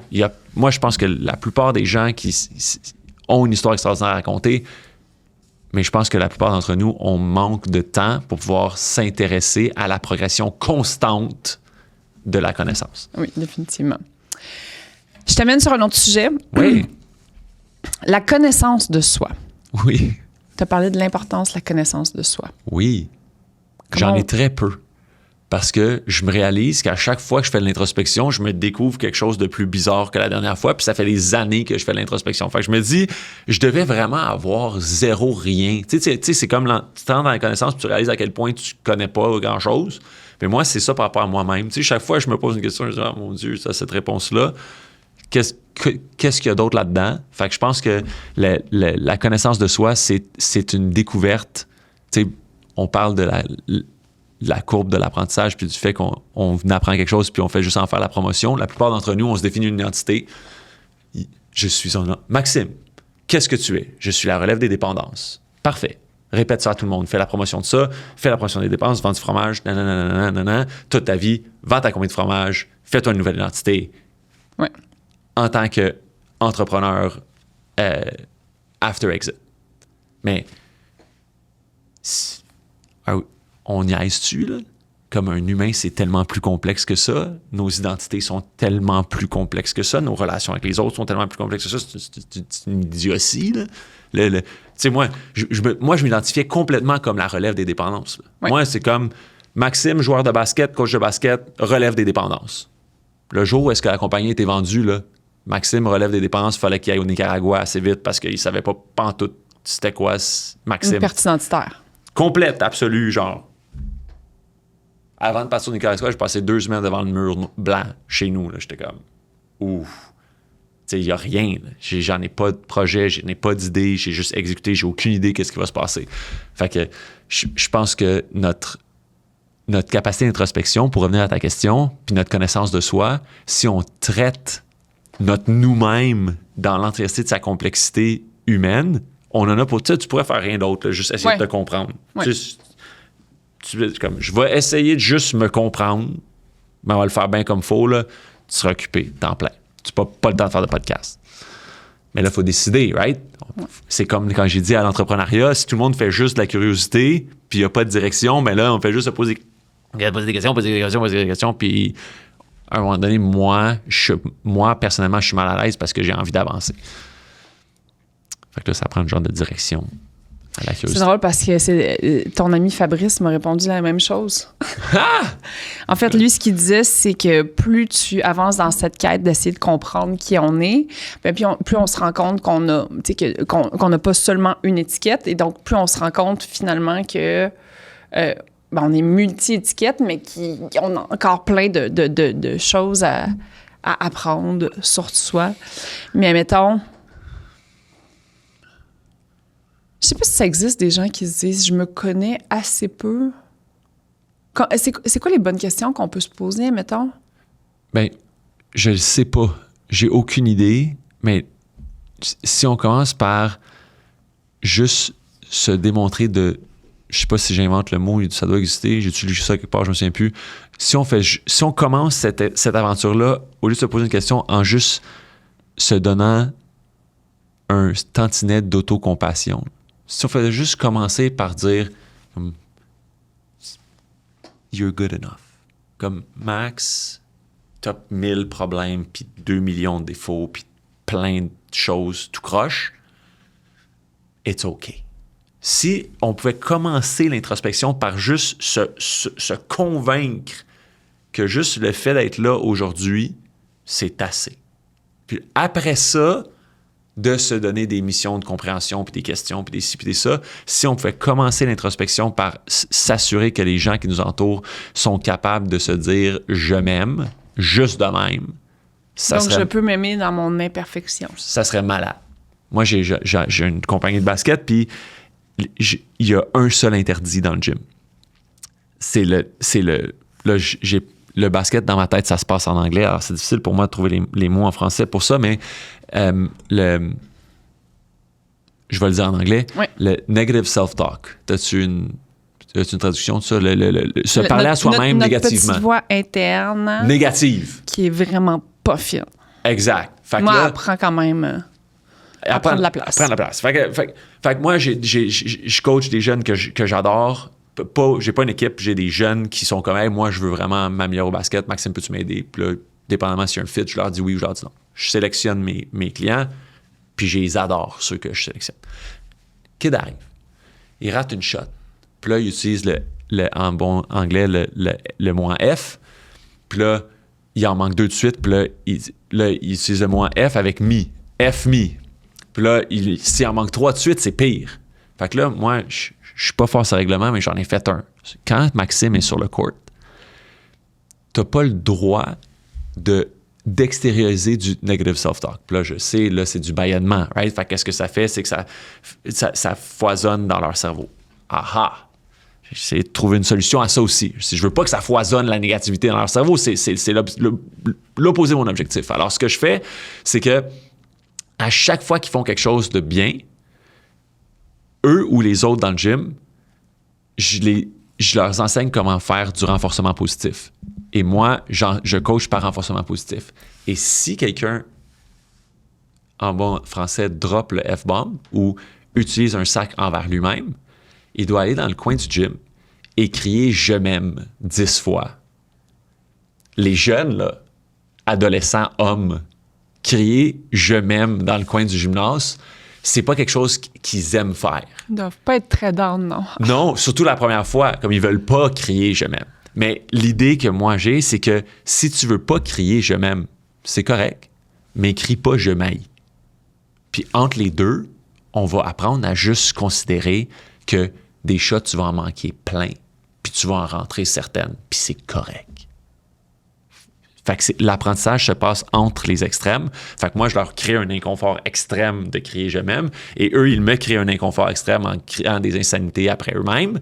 Puis entre nos deux extrêmes d'inconfort, on trouve un terrain d'entente qui est de développer des jeunes leaders, joueurs de basket. Puis, là, t'as peu, j'ai oublié où est-ce qu'on était avant. On était... Tu me parlais de l'introspection. Oui, l'introspection, qui est parfait. Revenons à ça. Ouais. Fait que toi, tu dis, l'introspection, ça commence par la bienveillance. Si on était capable. Donc, bienveillance envers soi, oui. les autres. Ben, là, c'est dur, right? Si t'es dans Fait que là, on parle de soi. Ouais. Ben, c'est ça. Mais si t'es dans un cycle de réflexion négative par rapport à toi-même, c'est très difficile de projeter du positif sur les autres. Souvent, quand dans un trou noir, les autres sont sombres aussi. Ouais. Ah, ben 100%. Les gens que je connais, dont je fais partie d'ailleurs, qui sont le moins bienveillants envers eux-mêmes, c'est ceux qui sont le moins bienveillants envers les autres aussi. Là. Ils ont moins de patience, moins de capacité de compassion, moins d'empathie, moins de tout ça. Parce que c'est un réflexe qui n'est pas développé. Mais, est-ce que ça s'apprend? Ça s'apprend. Tout s'apprend. Selon Maxime Paulus-Gosselin, qui a une expertise en rien. Mais Et donc, toi, tu l'as appris, ça? Oui, parce que moi, j'en avais pas de ça. De la compassion envers moi-même, j'en avais pas. Okay. Zéro, aucune, pas un iota de compassion. Puis maintenant, tu dirais J'en ai plein. OK. Puis comment t'as fait? Je sais pas. J'ai commencé par comprendre, mais ça, c'est un processus personnel. Right? J'ai compris comment le faire, puis après ça, j'ai tenté, puis là, j'ai vu des résultats positifs, puis là, ça m'a encouragé à continuer dans ce sens-là. Fait que puis maintenant, tu dirais que c'est quoi les résultats positifs? Je suis encore en vie. Okay. Je suis là. Okay. J'ai 40 ans. J'ai une énergie explosive. Puis, je sais pas toujours été même. Il y a des moments, tu sais, quand la business s'est vendue, l'énergie explosive était absente. Là. Il y avait zéro énergie. Il y a d'autres moments, d'autres transitions que j'ai vécues avec énergie zéro aussi. Là. Donc d'être conscient des hauts et des bas me permet de traverser les bas avec de plus en plus de confiance ou de semblant de stabilité ou de résilience. Ouais. Fait que ça fait ça. Fait que je me dis, ouais, on va l'essayer encore. C'est pas toujours beau, mais mais c'est ça, en entrée de jeu, tu disais que t'étais quasiment un transitionneur professionnel. Il y a pas si longtemps, j'avais Étienne Boulay en face de moi qui me disait pratiquement la même chose aussi, puis qui me disait, ben justement, maintenant, je suis tellement habituée dans ces transitions de vie-là que, tu sais, en fait, tu sais, la résilience, en fait, c'est la capacité à rebondir ou à refaire des plans quand when life throws you lemons, you do lemonade, puis le plus rapidement, puis le plus agilement que tu le fais, le plus résilienté. Mais la résilience, ça se bâtit aussi. Ouais. Et justement, de se mettre des accomplishments de j'ai traversé ça, j'ai survécu ça, ça nous aide beaucoup. Donc, ça, tu dirais que de ça ou... C'est parce que justement, quand tu as fait ton exit, une des choses que tu as dit, un de tes grands apprentissages, c'était la connaissance de soi. Exact. Fait qu'admettons, à ce moment-là, comment tu as fait pour apprendre à te connaître? Tu t'es assis, tu as écrit une liste de Maxime, ses forces, ses faiblesses? Non, vraiment pas. J'ai fait affaire avec une psychologue. OK. Moi, autant je fais la promotion de la curiosité, autant il y a des choses qui sont à l'extérieur de mes compétences. Comme j'avais aucune idée ni où ni comment aller chercher la prochaine étape, ni où me retrouver. Puis moi, j'ai ce réflexe-là de dire, hey, là, ma curiosité est maximisée. Comme je le sais pas, là. Je sais pas c'est quoi la prochaine question, puis je sais pas où me chercher pour la trouver. Puis j'ai la chance d'avoir 2 sœurs extraordinaires, puis des parents qui ont créé un milieu où est-ce que quand je suis à bout de ressources, j'ai au moins eux pour leur dire « Hey, je suis à bout de ressources. » Comme c'est quoi, je suis pas tout seul. Vous, ça vous est arrivé. Puis là, avec les années, j'ai aussi un petit réseau d'amis très, très proches et de collègues très, très proches sur lesquels je peux me fier. Qui si, admettons, ça me réarrive. Puis quand on a fermé Uptaste en 2024, c'était pas beau. Puis là, j'ai eu la chance de faire affaire avec une psychologue, de me retourner sur... Tu sais, de faire confiance à ma femme, puis à mes enfants, puis aux gens qui m'entourent pour créer quelque chose d'assez solide qui me permet de me dire « T'es correct, mon Max. It's enough. T'as tout donné, ça n'a pas marché. C'est pas parce que t'es un trou de cul fini, c'est parce que t'avais des choses à apprendre, puis parce que t'as fait des erreurs. Puis les erreurs, c'est correct. Tu vas en manquer des shots, mon Max, en tant qu'entrepreneur, puis c'est correct. Puis là, je réapprends ça. Ça a l'air que j'ai pas tout compris parce que je fais encore beaucoup d'erreurs. Alors, je vais continuer à utiliser ma curiosité. Puis, admettons, moi, j'aime bien quand on donne des outils concrets aux auditeurs. T'as-tu souvenir d'admettons 2 trucs, un ou 2 trucs que t'aurais fait qui soit des exercices, que soit ta psy t'a donné, Ouais. des questions, comme des lectures que tu as faites pour justement apprendre à se connaître un peu plus? Oui, le premier, puis ça va sonner complètement ésotérique, mais c'est correct, je suis prêt à prendre cette responsabilité, c'est d'apprendre à respirer. Comme 6 seconds in, 6 secondes t'inspires, 4 secondes tu fais rien, puis 10 secondes t'expires. Les gens, comme tu essaies de leur faire ça, là, mes étudiants de cégep, j'essaie de leur faire respirer. Là. Première journée de classe, tout le monde est en train d'essayer de savoir qui est comment, puis comment on va réagir, puis que l'ordre social est complètement jeté dans tous les sens. Tu essaies de les faire respirer, c'est impossible. Fait que je pense que avant d'essayer de se lancer dans l'introspection, puis il faut être capable de respirer. Là. Comme, si on ne peut pas respirer, on ne peut pas faire d'introspection. Fait qu'il faut juste 6 secondes in, 4 secondes où tu tiens ton souffle, puis 10 secondes où est-ce que tu expires. C'est tout. C'est un truc facile. Puis apparemment, la recherche démontre que si tu es capable de prendre, je pense que c'est 6 ou 4 respirations de ça, ça équivaut à une session de méditation de 15 minutes pour calmer ton système nerveux puis être capable d'arriver à un état relatif de calme pour avoir une prochaine pensée. Où est-ce que des neurones, là, où l'information cognitive peut véhiculer entre certaines neurones sans que ça soit le cerveau émotif. Tout le monde capote. C'est la folie. Ceux qui ont vu Inside Out 1 et 2, là, le film, je sais pas, en français, je ne sais pas le titre. Sans dessus-dessous. Sans dessus-dessous 1 et 2, là, quand c'est la panique, puis tout le monde capote dans la... C'est ça qui nous a... Ce film, ces films sont fascinants. Ouais, c'est ça. Mais en tout cas, dans le 1, des fois, ça va pas bien. Mais en tout cas, oui, je pense que faut apprendre à respirer. Premier truc. Deuxième truc, c'est se donner, comme s'écrire un petit contrat à soi-même, là, qui s'appelle... Je lis le contrat avec moi-même. J'ai le papier. Maxime, tu as le droit à l'erreur. Signé Maxime Paulus-Gosselin. Maxime, tu as le droit à la pause. Signé Maxime Paulus-Gosselin. Avec ces 2 droits-là, je peux faire des introspections de malade. Je peux faire des projets fous. Je peux avoir l'idée d'influencer positivement ou de supporter 10 000 leaders au Québec. C'est avec ces 2, savoir respirer, avoir le droit à la pause, puis avoir le droit à l'erreur. Je me transforme d'un Maxime dans son coin qui a échoué puis qui ne sait pas s'il va se relever le lendemain, à Maxime qui regarde son contrat puis qui dit, ben écoute, tu as le droit à encore une erreur. Essaye-toi. Ça me rend quasiment émotive, ce que tu viens de dire. Moi aussi. Se donner le droit à l'erreur. Ouais. C'est tough, hein? Mm-hmm. Pourtant, on en fait des erreurs. Fait que c'est un peu tweet de ne pas se donner le droit à l'erreur. Il me semble que tu as dit ça, puis on dirait que ça m'a comme apaisé. C'est parce qu'encore une fois, on nous apprend. C'est quoi la note idéale à l'école? Ben moi, c'était 80. Oui, mais le système te dicte que c'est sur 100. Ouais. Fait que 100%, c'est l'optimal. Mais toi, tu as eu la chance de te dire que 80, c'était satisfaisant, mais on se fait répéter. C'est sur 100. Tu vas comment aujourd'hui? T'es-tu à 100%? C'est-tu 100%? T'es-tu 100%? Puis là, tu sais, à un moment donné, on se le fait tellement répéter que l'envie de la perfection pénètre notre façon de penser.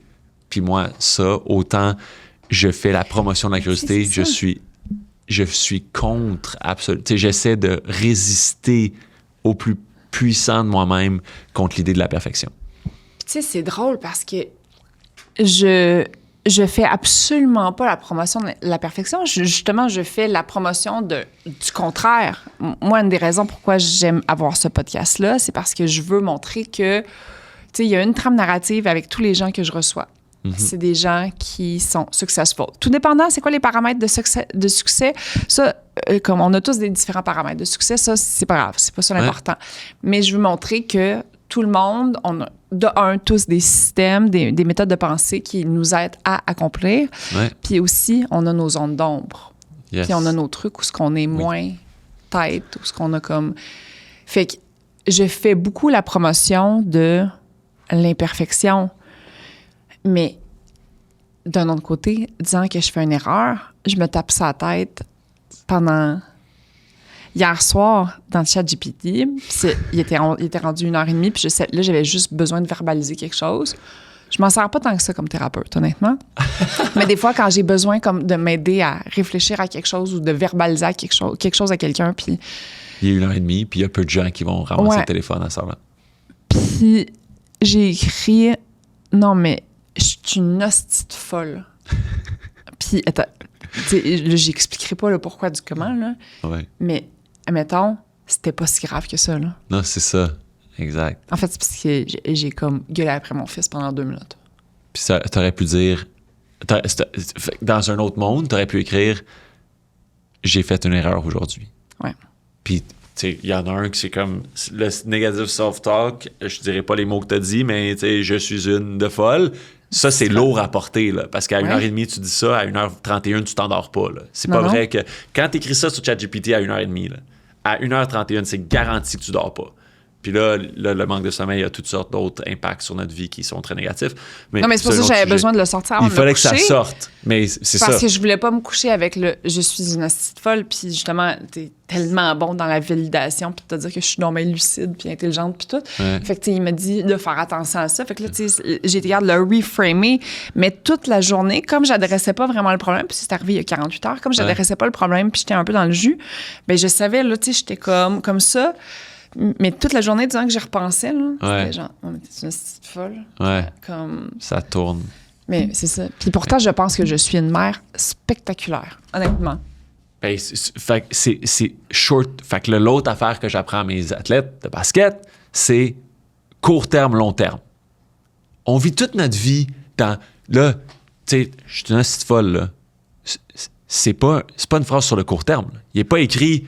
T'as pas écrit dans ChatGPT « Je suis présentement à minuit et demi à cause de telle action. » On fait des généralisations sur le long terme par rapport au négatif. Cependant, quand tu as eu un succès extraordinaire dans un moment X, est-ce que tu t'es lancé la fleur de dire « Moi, je suis une championne à vie. » Justine qui est venue ici, elle a dit « Je suis une ex-olympienne. » Ouais. Pas une ex-olympienne. Mais non, c'est ça. Ex-olympienne, right? Elle est olympienne, puis là, elle a terminé de compétitionner dans sa vie, ça. Puis tous les succès que tu as, ils restent toute ta vie, mais on est... Ouais.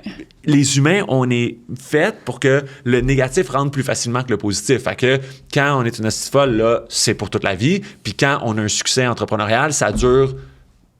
La journée que tu as eu le contrat, nanana, le cash est rentré, l'exit, ça dure 90 jours, party, puis là, t'es comme, bon, tu sais, back to normal.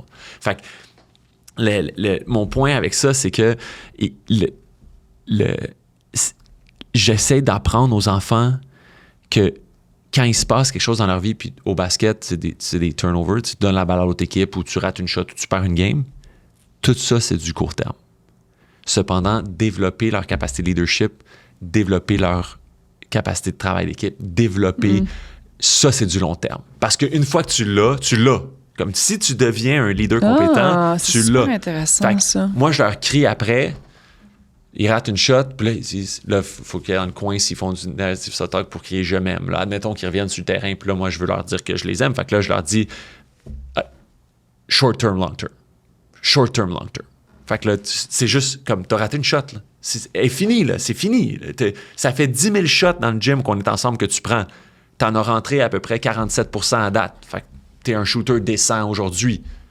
Ça, c'est du long terme. T'as appris la compétence, comment shooter un ballon de basket. Tu vas le savoir toute ta vie. Même si ton bras arrête de fonctionner, tu vas encore, dans ta tête, savoir comment le faire, même si ton bras peut plus l'exécuter. Fait que de mettre les choses en perspective, court terme, long terme, c'est aussi extrêmement puissant. Puis moi, j'ai pas de truc comment tu qualifies ça court terme ou long terme.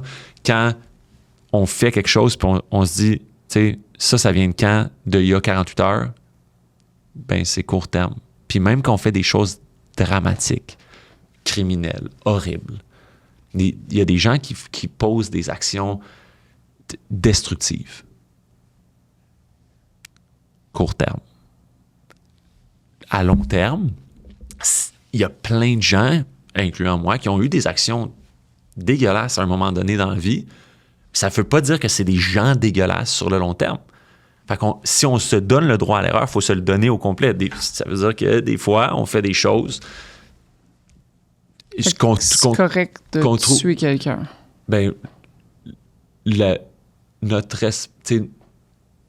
notre responsabilité s'arrête au niveau de la liberté des autres commence. Donc, si tu détruis la vie de quelqu'un d'autre, dans la vie de cette personne-là, ça s'est arrêté. Fait que là, il y a une fin. Donc, non, je fais pas la promotion de la criminalité, mais oui, je fais la promotion du droit à l'erreur. Puis, on fait toutes des erreurs différentes. Puis, il y en a plein d'entre nous qui ont fait plein d'actions qui sont réprimandables légalement, mais sont pas faites pogner. Puis il y en a 3, 4, 5, 6, 7, 10, 12 000, je sais pas le nombre d'incarcérés au Québec, qui, eux, se sont fait pogner. Mais la différence entre celui que, quand c'était illégal, a fumé un peu de pot la fin de semaine là, dans son quartier, puis il n'y en avait pas de policiers dans son quartier, puis celui qui en a fumé du pot, puis qui en avait je sais pas combien de grammes dans ses poches, puis qui a passé je sais pas combien de temps en prison pour ça, la différence entre les deux est pas majeure. Là. C'est pas une bonne personne puis une mauvaise personne. C'est deux humains qui ont fait une erreur à une période X et qui ont eu des conséquences différentes. Ouais. Fait que ça, moi, je fais pas la promotion de la violence. Mais tu as entièrement raison. Puis l'année passée, c'est l'année passée? Non, ça fait 2 ans maintenant. J'ai eu l'immense chance d'aller à Phoenix, Arizona, pour 48 heures, pour aller dans une prison fédérale américaine. Moi aussi, je suis déjà allé. Ah ouais? Avec Coach Kate? Non, je suis allé dans une prison à Davidson. Ils nous avaient emmenés dans une prison. OK. Puis, en fait, c'est un programme de réinsertion sociale parce qu'aux États-Unis, mais même au Québec, là, on s'en rend pas compte, mais pas beaucoup de... Tes besoins de base vont être répondus, là, mais pour la réinsertion, c'est un peu débrouille-toi. Là. OK. Puis, particulièrement aux États-Unis, où le modèle carcéral, en plus, est corporatif. Ouais, exact. Dans le sens que c'est même pas l'État, c'est un modèle d'affaires. Ouais, donc, les pour faire du profit. prisons ont tout intérêt à ce que les détenus reviennent. C'est un modèle d'affaires récurrent, complètement aberrant. En tout cas, quoi qu'il en soit, on est allé à... Et là, c'était une journée où c'était magique. En fait, c'était 2 jours, mais et on passait 2 jours avec des détenus et des gardiens. Ouais. Donc, c'était un programme d'entrepreneuriat où on venait coacher les gens. Ils travaillaient sur un modèle, mais aussi, c'était pour se rendre compte qu'on était tous humains.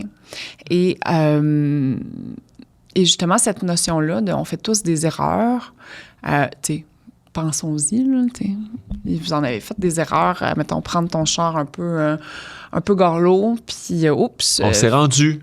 On s'est rendu, mais il y a des gens qui se rendent pas. Exact. Puis ça peut changer ta vie au complet.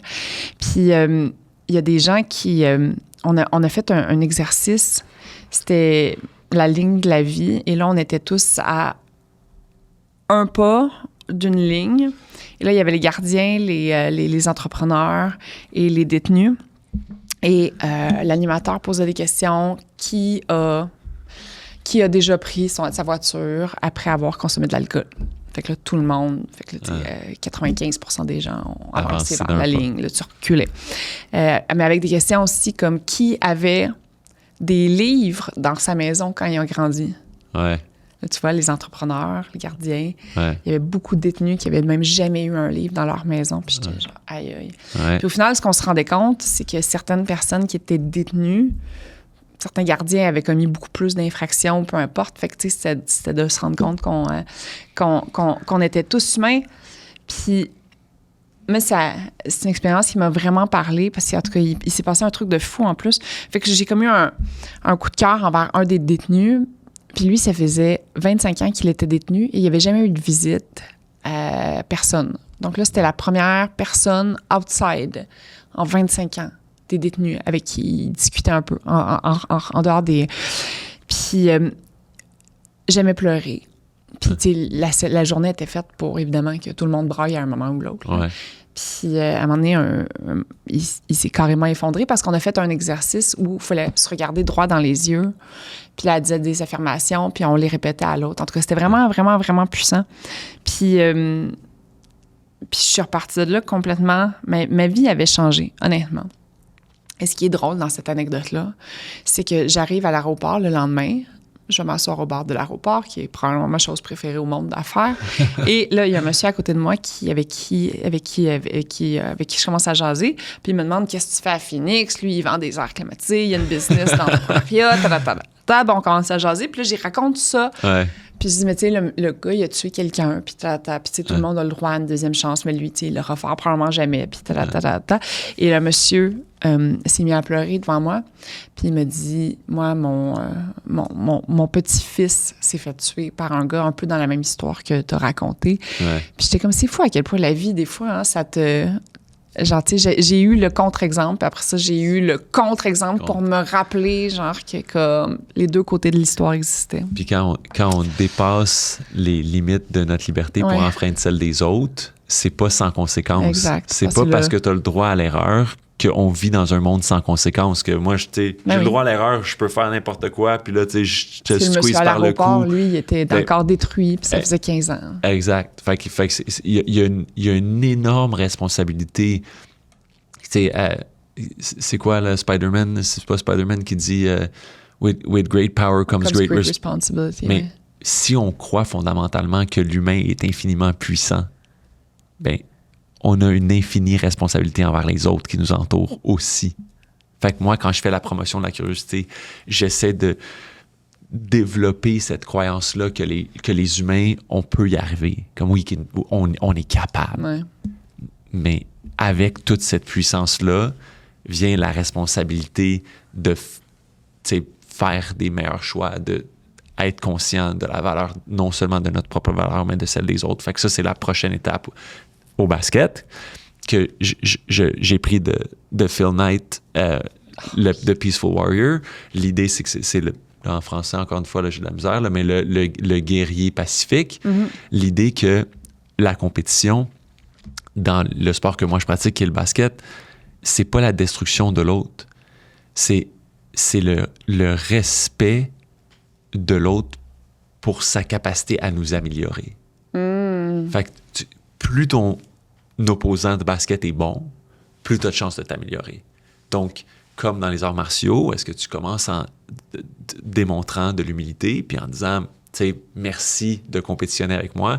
Moi, j'essaie d'amener cette mentalité-là au basket, de dire, écoute, si je mettais juste des gens qui sont très peu talentueux et très peu motivés à s'améliorer au basket dans le gym, ben ça serait... Tout le monde se traînerait vers le bas, là. Exact. Tandis que là, vous avez la chance d'être rassemblés.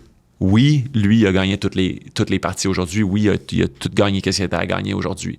Mais toi, tu as eu la chance de compétitionner. Puis cette mentalité-là, cette preuve d'humilité, de dire oui, j'ai le droit à l'erreur. Oui, j'ai le droit à la pause. Et oui, je suis aussi et en même temps, dans un fameux paradoxe opposé, je suis aussi responsable de cette puissance qui m'est accordée. Quand tu parlais de short term, long term, comment tu fais pour célébrer tes succès dans ce cas-là? Je célèbre sans arrêt. OK. Moi, je suis comme... Quelqu'un a envie de célébrer, appelez-moi. Comme chaque... Je pense que... Ben en fait, récemment, Charles Duhigg qui a écrit The Power of Habit, je pense. Ouais. Charles Duhigg, c'est un vrai auteur. Le titre du livre, ça se peut que je l'ai inventé. Mais en tout cas, il a défini c'est quoi le cercle d'une habitude, comment ça se définit, comment ça change, blablabla. Je trouve le livre fascinant. Il était sur le podcast de Peter Attia récemment, puis c'est ma femme qui me l'a envoyé. Puis apparemment que Charles Duhigg a découvert par une méthodologie scientifique apparemment responsable, que le renforcement positif est plus puissant que les punitions et le renforcement négatif. Ça, tu savais ça, right? Le renforcement positif, quand tu dis « good job » à quelqu'un, c'est plus puissant que quand tu dis « t'as fait de la merde ». Est-ce que tu savais ça? Non. Mais maintenant, je le sais. Ça fait longtemps que ça a été prouvé que le renforcement positif, si tu veux modeler un comportement, t'encourage l'enfant ou l'adulte à aller vers le comportement désiré en utilisant du renforcement positif, c'est plus puissant. Oui. Ça fonctionne mieux que de dire, tu fais qu'est-ce que je veux pas, je te dis, t'es pourri, en espérant que tu transformes ton comportement, c'est moins efficace. La nouvelle recherche, que j'ai pas encore eu le temps de feuilleter parce que ma femme m'a parlé de ça la semaine passée, semble démontrer que le renforcement positif est 20 fois plus puissant Ah oui. que le renforcement négatif. Ça veut dire que pour l'espoir d'un changement, où je te crie après pendant 20 fois que t'es pourri, si une fois je t'avais encouragé quand je t'ai pogné à faire la bonne affaire, juste par chance, j'aurais eu le même impact. C'est fou, ça. Moi, quand ma femme m'a dit ça, j'ai dit, je le savais. Je le savais pas, là, je le savais 20 pas, mais... fois. 20 fois. Moi, j'aurais dit J'ai de la 1,5 fois. Ouais. Moi, tu sais, 1,5 fois, Ouais. 1,8 fois, Ouais. 2 fois. Ouais. Tu sais, j'y croyais. Mais 20 fois, puis à partir de ce moment-là, nos entraînements de basket, puis dans mes cours, comme je dis rarement non, je dis rarement c'est mauvais. Ma job, c'est de pogner les leaders ou les jeunes ou les joueurs de basket à faire quelque chose qui je pense, qui est un peu vers la curiosité, qui est un peu vers les comportements attendus, puis juste célébrer. Fait que dans mes courses, bravo, you got it, c'est ça, super, oui, t'es dans la bonne voie. Puis là, tu sais, ils viennent découvrir c'est quoi c'est quoi un actif. Là. Et nous, dans la classe, on célèbre. Là. Un étudiant est capable de paraphraser ou summariser l'idée de c'est quoi un actif, célébration. On applaudit, on célèbre, high five, on le souligne. Parce que si lui, on démontre du renforcement positif pour démontrer, avoir pratiqué sa curiosité, toutes les autres autour sont comme, moi aussi, je vais essayer. Puis c'est comme ça que je crois et j'espère que ça va avancer. Mais là-dedans, il y a beaucoup de doutes. Mais ce qui est fou là-dedans, c'est que, mettons, tu sais, j'ai beaucoup d'amis qui ont des gestionnaires. Puis, Ouais. on a, tu sais, j'ai un des discours, tu sais, on le sait, là, être un bon gestionnaire, bon, c'est un skill set qui s'apprend et que c'est pas nécessairement tout le monde qui est willing ou prêt à apprendre. Ouais. Et, fait que, tu sais, c'est pas commun d'avoir des insatisfactions par rapport à son gestionnaire, par rapport à... Mais est-ce que tu penses que ça veut dire que le ratio est si faible que ça? Dans le sens que, concrètement, un gestionnaire va dire 20 fois, genre, comme, ah, ça c'était pas... Tu sais, comme ça, t'aurais dû le faire ça un petit peu plus à gauche, puis ça, t'aurais pu faire ça comme ça. Pour hey, c'est vraiment bon ce que t'as fait? Parce qu'après ça, l'insatisfaction, j'imagine que, tu sais, si tu respectais ce ratio-là, tu devrais être sensiblement satisfait. Combien, je sais pas, toi, à quel point on est chanceux ou malchanceux, mais tu sais, des gestionnaires que tu as eu dans ta vie qui ont été transformateurs. Tu sais, que tu t'es dit, j'ai commencé à travailler avec ou pour cette personne-là et je suis maintenant une personne différente parce que je l'ai côtoyée. J'ai très peu, tu sais, j'ai eu très peu de gestionnaires. C'est ça, on a le même problème dans cet exemple-là, mais d'associer, ça marche-tu? Non. Associer, ça. Mais en fait, mon exemple, c'est juste de dire, tu sais, on se pose la question. Au fond, là, si je comprends bien ta question, c'est y en a-tu tant que ça du monde qui utilise le renforcement négatif par rapport aux peu de gens qui se concentrent sur l'utilisation du renforcement positif, de célébrer les petites victoires? Puis moi, dans mon expérience, à cause qu'on est humain puis c'est plus facile d'être négatif, l'énorme majorité des gens, comme les jeunes là, que j'enseigne au basket, quand ils arrivent, 100% des jeunes utilisent l'autodérision, le negative self-talk. Ouais. Pas 1%, c'est la base pas 50-50. C'est pas 50. 50 d'entre eux se donnent des auto-high-five, puis 50% d'entre eux... Mais ça, tu sais que c'est quand même la base de l'humour. Hein? Self-deprecation. La plupart des humoristes, si tu regardes le stand-up, ils vont rire de situations qui sont arrivées dans leur vie, de eux, de leur comportement, et ci et ça. Donc, la base de l'humour tourne beaucoup autour de rire de soi. Exact. Je suis d'accord. Mais ça, c'est l'humour, là, c'est un secteur que je connais moins bien. Oui, je suis d'accord avec toi qu'il y a beaucoup d'humour de ce style-là. Tu écouteras le spécial de Anna Gatsby. Je me souviens plus c'est quoi le nom. C'est une intellectuelle de haute voltige qui fait de l'humour. C'est magnifique. C'est de A à Z. C'est un grande fan de stand-up. Mais Anna Gatsby... je vais regarder ça. C'est 2 spéciales. C'est sur Netflix? Je pense que oui. En tout cas, à l'époque, c'était sur Netflix. Mais maintenant, moi, j'ai une question pour toi. Moi, faire du renforcement positif à, mettons, des gens et des employés ou des collègues que j'aime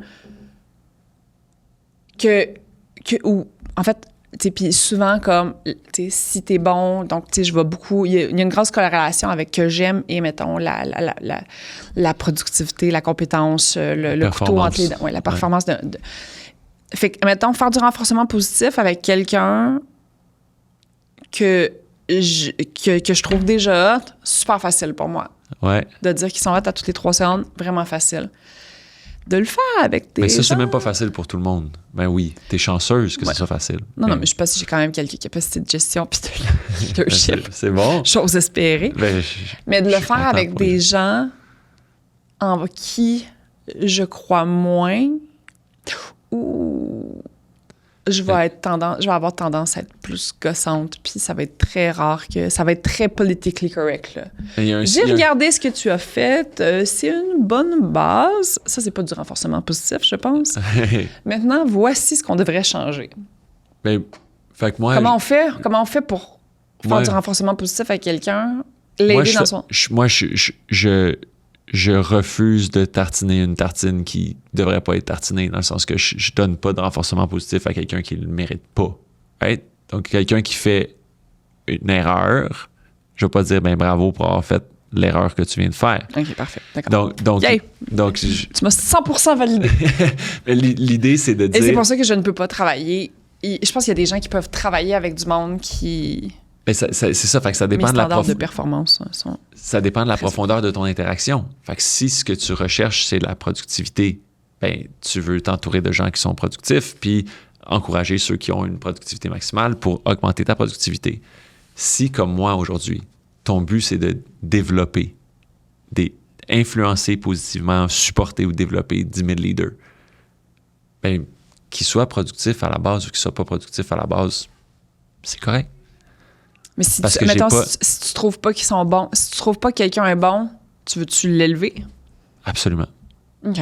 Bon, parce que j'étais pas bon au départ. Fait que je me dis, si quelqu'un avait abandonné sur mon cas parce que j'étais pas bon, ben fait que c'est un peu genre de cercle. Non, puis la définition de bon, je suis sûre qu'elle est fondamentalement différente. Là. Pour ce tout que le monde, toi, tu trouves bon, c'est ça fort probablement différent de chacun. De ce que moi, je trouve bon, puis ainsi de suite. Si on veut... Ce que moi, je valorise, en fait. Si ton objectif, tu sais, tu as un objectif de générer de la valeur à court, à moyen, à long terme dans une entreprise ou dans un organisme ou par rapport à un brand, ben il faut que tu t'entoures de gens qui vont être capables de générer de la valeur, donc qui vont générer de la productivité.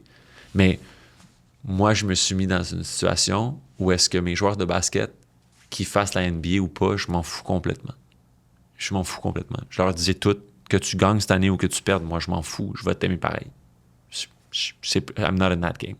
Moi, je me suis donné la liberté que les gens qui m'entourent, c'est des gens que je veux qu'il leur arrive du bien. Je veux qu'ils deviennent de plus en plus curieux. Je veux qu'ils élargissent leurs connaissances puis qu'ils élargissent leur capacité d'empathie, indépendamment de leur productivité. Puis dans mes étudiants, sur la fameuse courbe normale, il va en avoir qui vont couler le cours. Puis il va en avoir qui vont avoir des notes extraordinaires parce qu'ils vont avoir réussi à apprendre les concepts plus rapidement que les autres. Mais ça va pas... J'espère et j'ose espérer que j'aurai la capacité de continuer à encourager ceux qui sont évidemment moins productifs que d'autres dans le groupe. Mais c'est parce qu'on a des objectifs différents. Mm. Si j'avais une entreprise aujourd'hui où est-ce que je voulais atteindre une croissance faramineuse sur une période de temps limitée, ben là, j'aurais un discours différent. Mm. Tout est dans l'objectif. Fait que justement, là, cette période très... où est-ce que tu es justement dans la créativité. Comment tu l'as dit? Tu vas être un flow... un dimmer... pas un dimmer. Un floodlight. Ça, c'est un floodlight. OK, parfait, merci.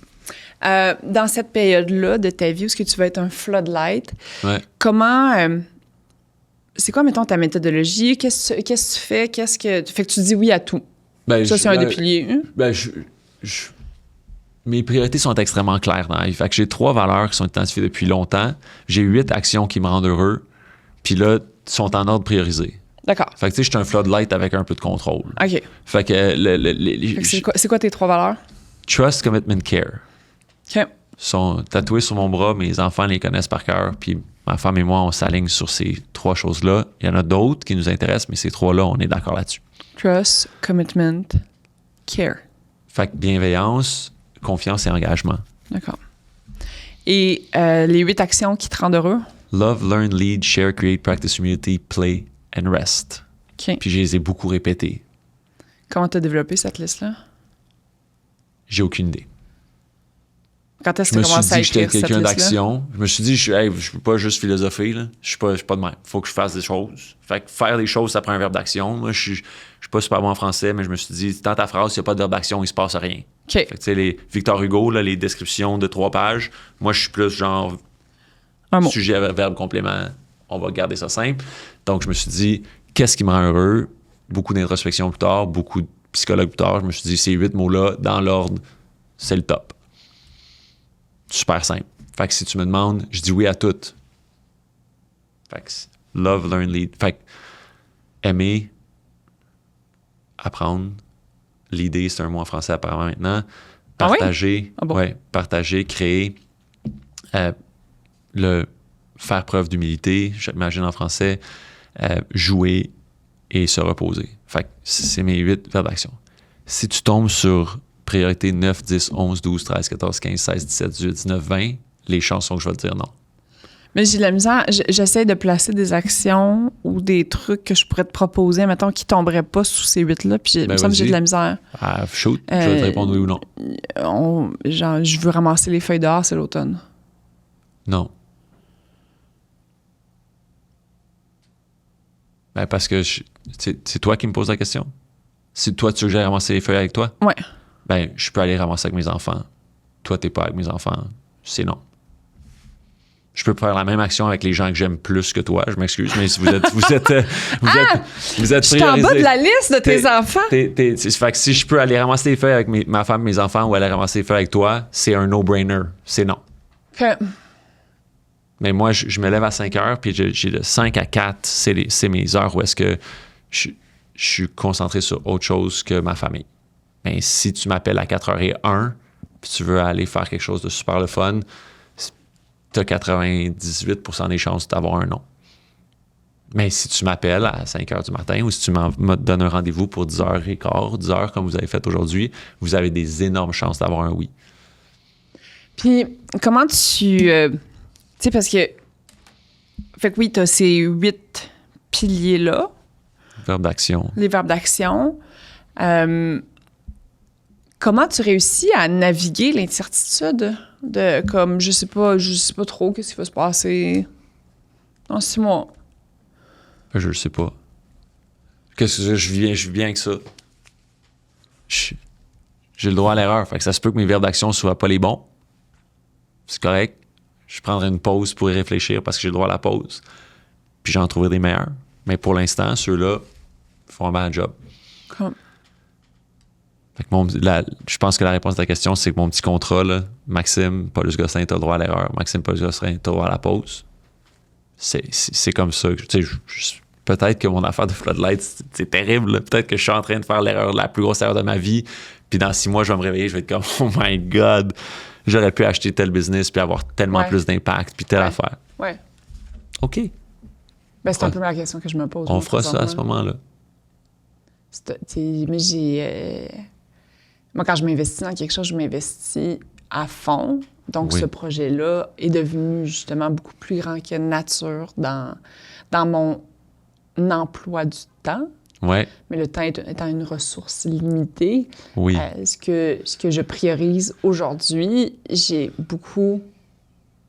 des grandes ambitions, des ambitions d'apprentissage, mais d'autres ambitions aussi, tu sais, de bâtir ça, veux pas, comme une business. Yes. Mais il y a quand même la portion de moi, la petite voix de moi qui ressort une fois de temps en temps, puis qui est comme, ouais, mais genre, tu perds-tu ton temps, Joe? Ouais. Puis je le sais pas. Puis ça, je navigue bien parce que je me truste à mon feeling, puis mon feeling, mon intuition, m'a toujours bien payé, mais... Et c'est ça. Moi, je suis absolument pas la bonne personne pour répondre à cette question-là parce que si je le savais, je le ferais. J'ai aucune idée. Est-ce que je suis sur la bonne voie? Aucune idée. Est-ce que je suis à 2 pouces de la bonne voie ou à 4 kilomètres? Je ne sais pas. Mais j'essaie des affaires. Je fais des podcasts. Je donne des cours.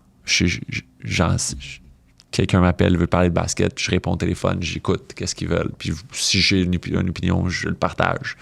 Puis je dis au monde aussi, hey, écoute, tu me poses une question, là, moi je te réponds. Mais je suis pas le détenteur de la connaissance. Là. Moi, j'ai lu 3-4 affaires, j'ai une idée là-dessus, je t'adonne. Tu penses que c'est complètement un charabia inutile, tu raccroches le téléphone, tu peux m'envoyer un message texte, ceci est inutile, puis jamais me rappeler, puis c'est correct. I'm okay with that. C'est correct. Fait que moi, les quelques personnes qui font appel à moi parce qu'ils pensent que je peux les aider, je leur dis toujours que c'est en toute humilité, puis que dans les quelques connaissances que j'ai acquises, il y a une infinité de connaissances que je n'ai pas encore acquises. Alors, peut-être que leurs besoins tombent dans ma zone d'ombre, puis qu'on va se regarder les deux en disant « Tu sais-tu? Non, moi non plus. Oh! » Là, à ce moment-là, il faut trouver d'autres mondes pour nous aider. En terminant, y a-t-il quelque chose qu'on n'a pas couvert, un message que tu aimerais véhiculer? Oui, un message très important, c'est que je crois en l'humanité. Je l'ai dit, je le répète. Si vous écoutez ou si vous connaissez quelqu'un qui a de la misère, appelez-les, dites-leur « It's OK. Tu as le droit de faire des erreurs, c'est correct. Tu as le droit à la pause, c'est correct. » Puis quand vous avez la chance de faire la promotion de ça, faites-le. Puis je pense que si on part tout avec cette idée-là, là, droit à la pause, droit à l'erreur, puis mettre ça dans notre petit baluchon pour la semaine, ben, on ne sait pas si ça va donner mieux ou moins bon, mais moi, je pense que c'est une bonne façon de commencer la semaine. Bien, c'est des mots et des messages qui sont quand même simples, mais très, très universels et qui sont complexes quand même. Fait que tu fasses de ça des piliers de démocratisation et que tu te fasses un peu le porte-étendard de ce message. Aujourd'hui, c'est la mission que je m'étais donnée en parlant avec toi. Bien, Maxime, merci beaucoup pour ton temps. J'ai comme l'impression que je jasais un peu avec mon miroir. Je sais, en sachant pas si c'est une bonne ou une mauvaise chose, puisque le miroir est de glace, mais en tout cas, merci à toi de m'avoir accueilli puis de m'avoir permis d'échanger des idées avec toi. C'était très intéressant. Merci beaucoup et merci beaucoup à tout le monde. Merci de votre écoute et bonne semaine.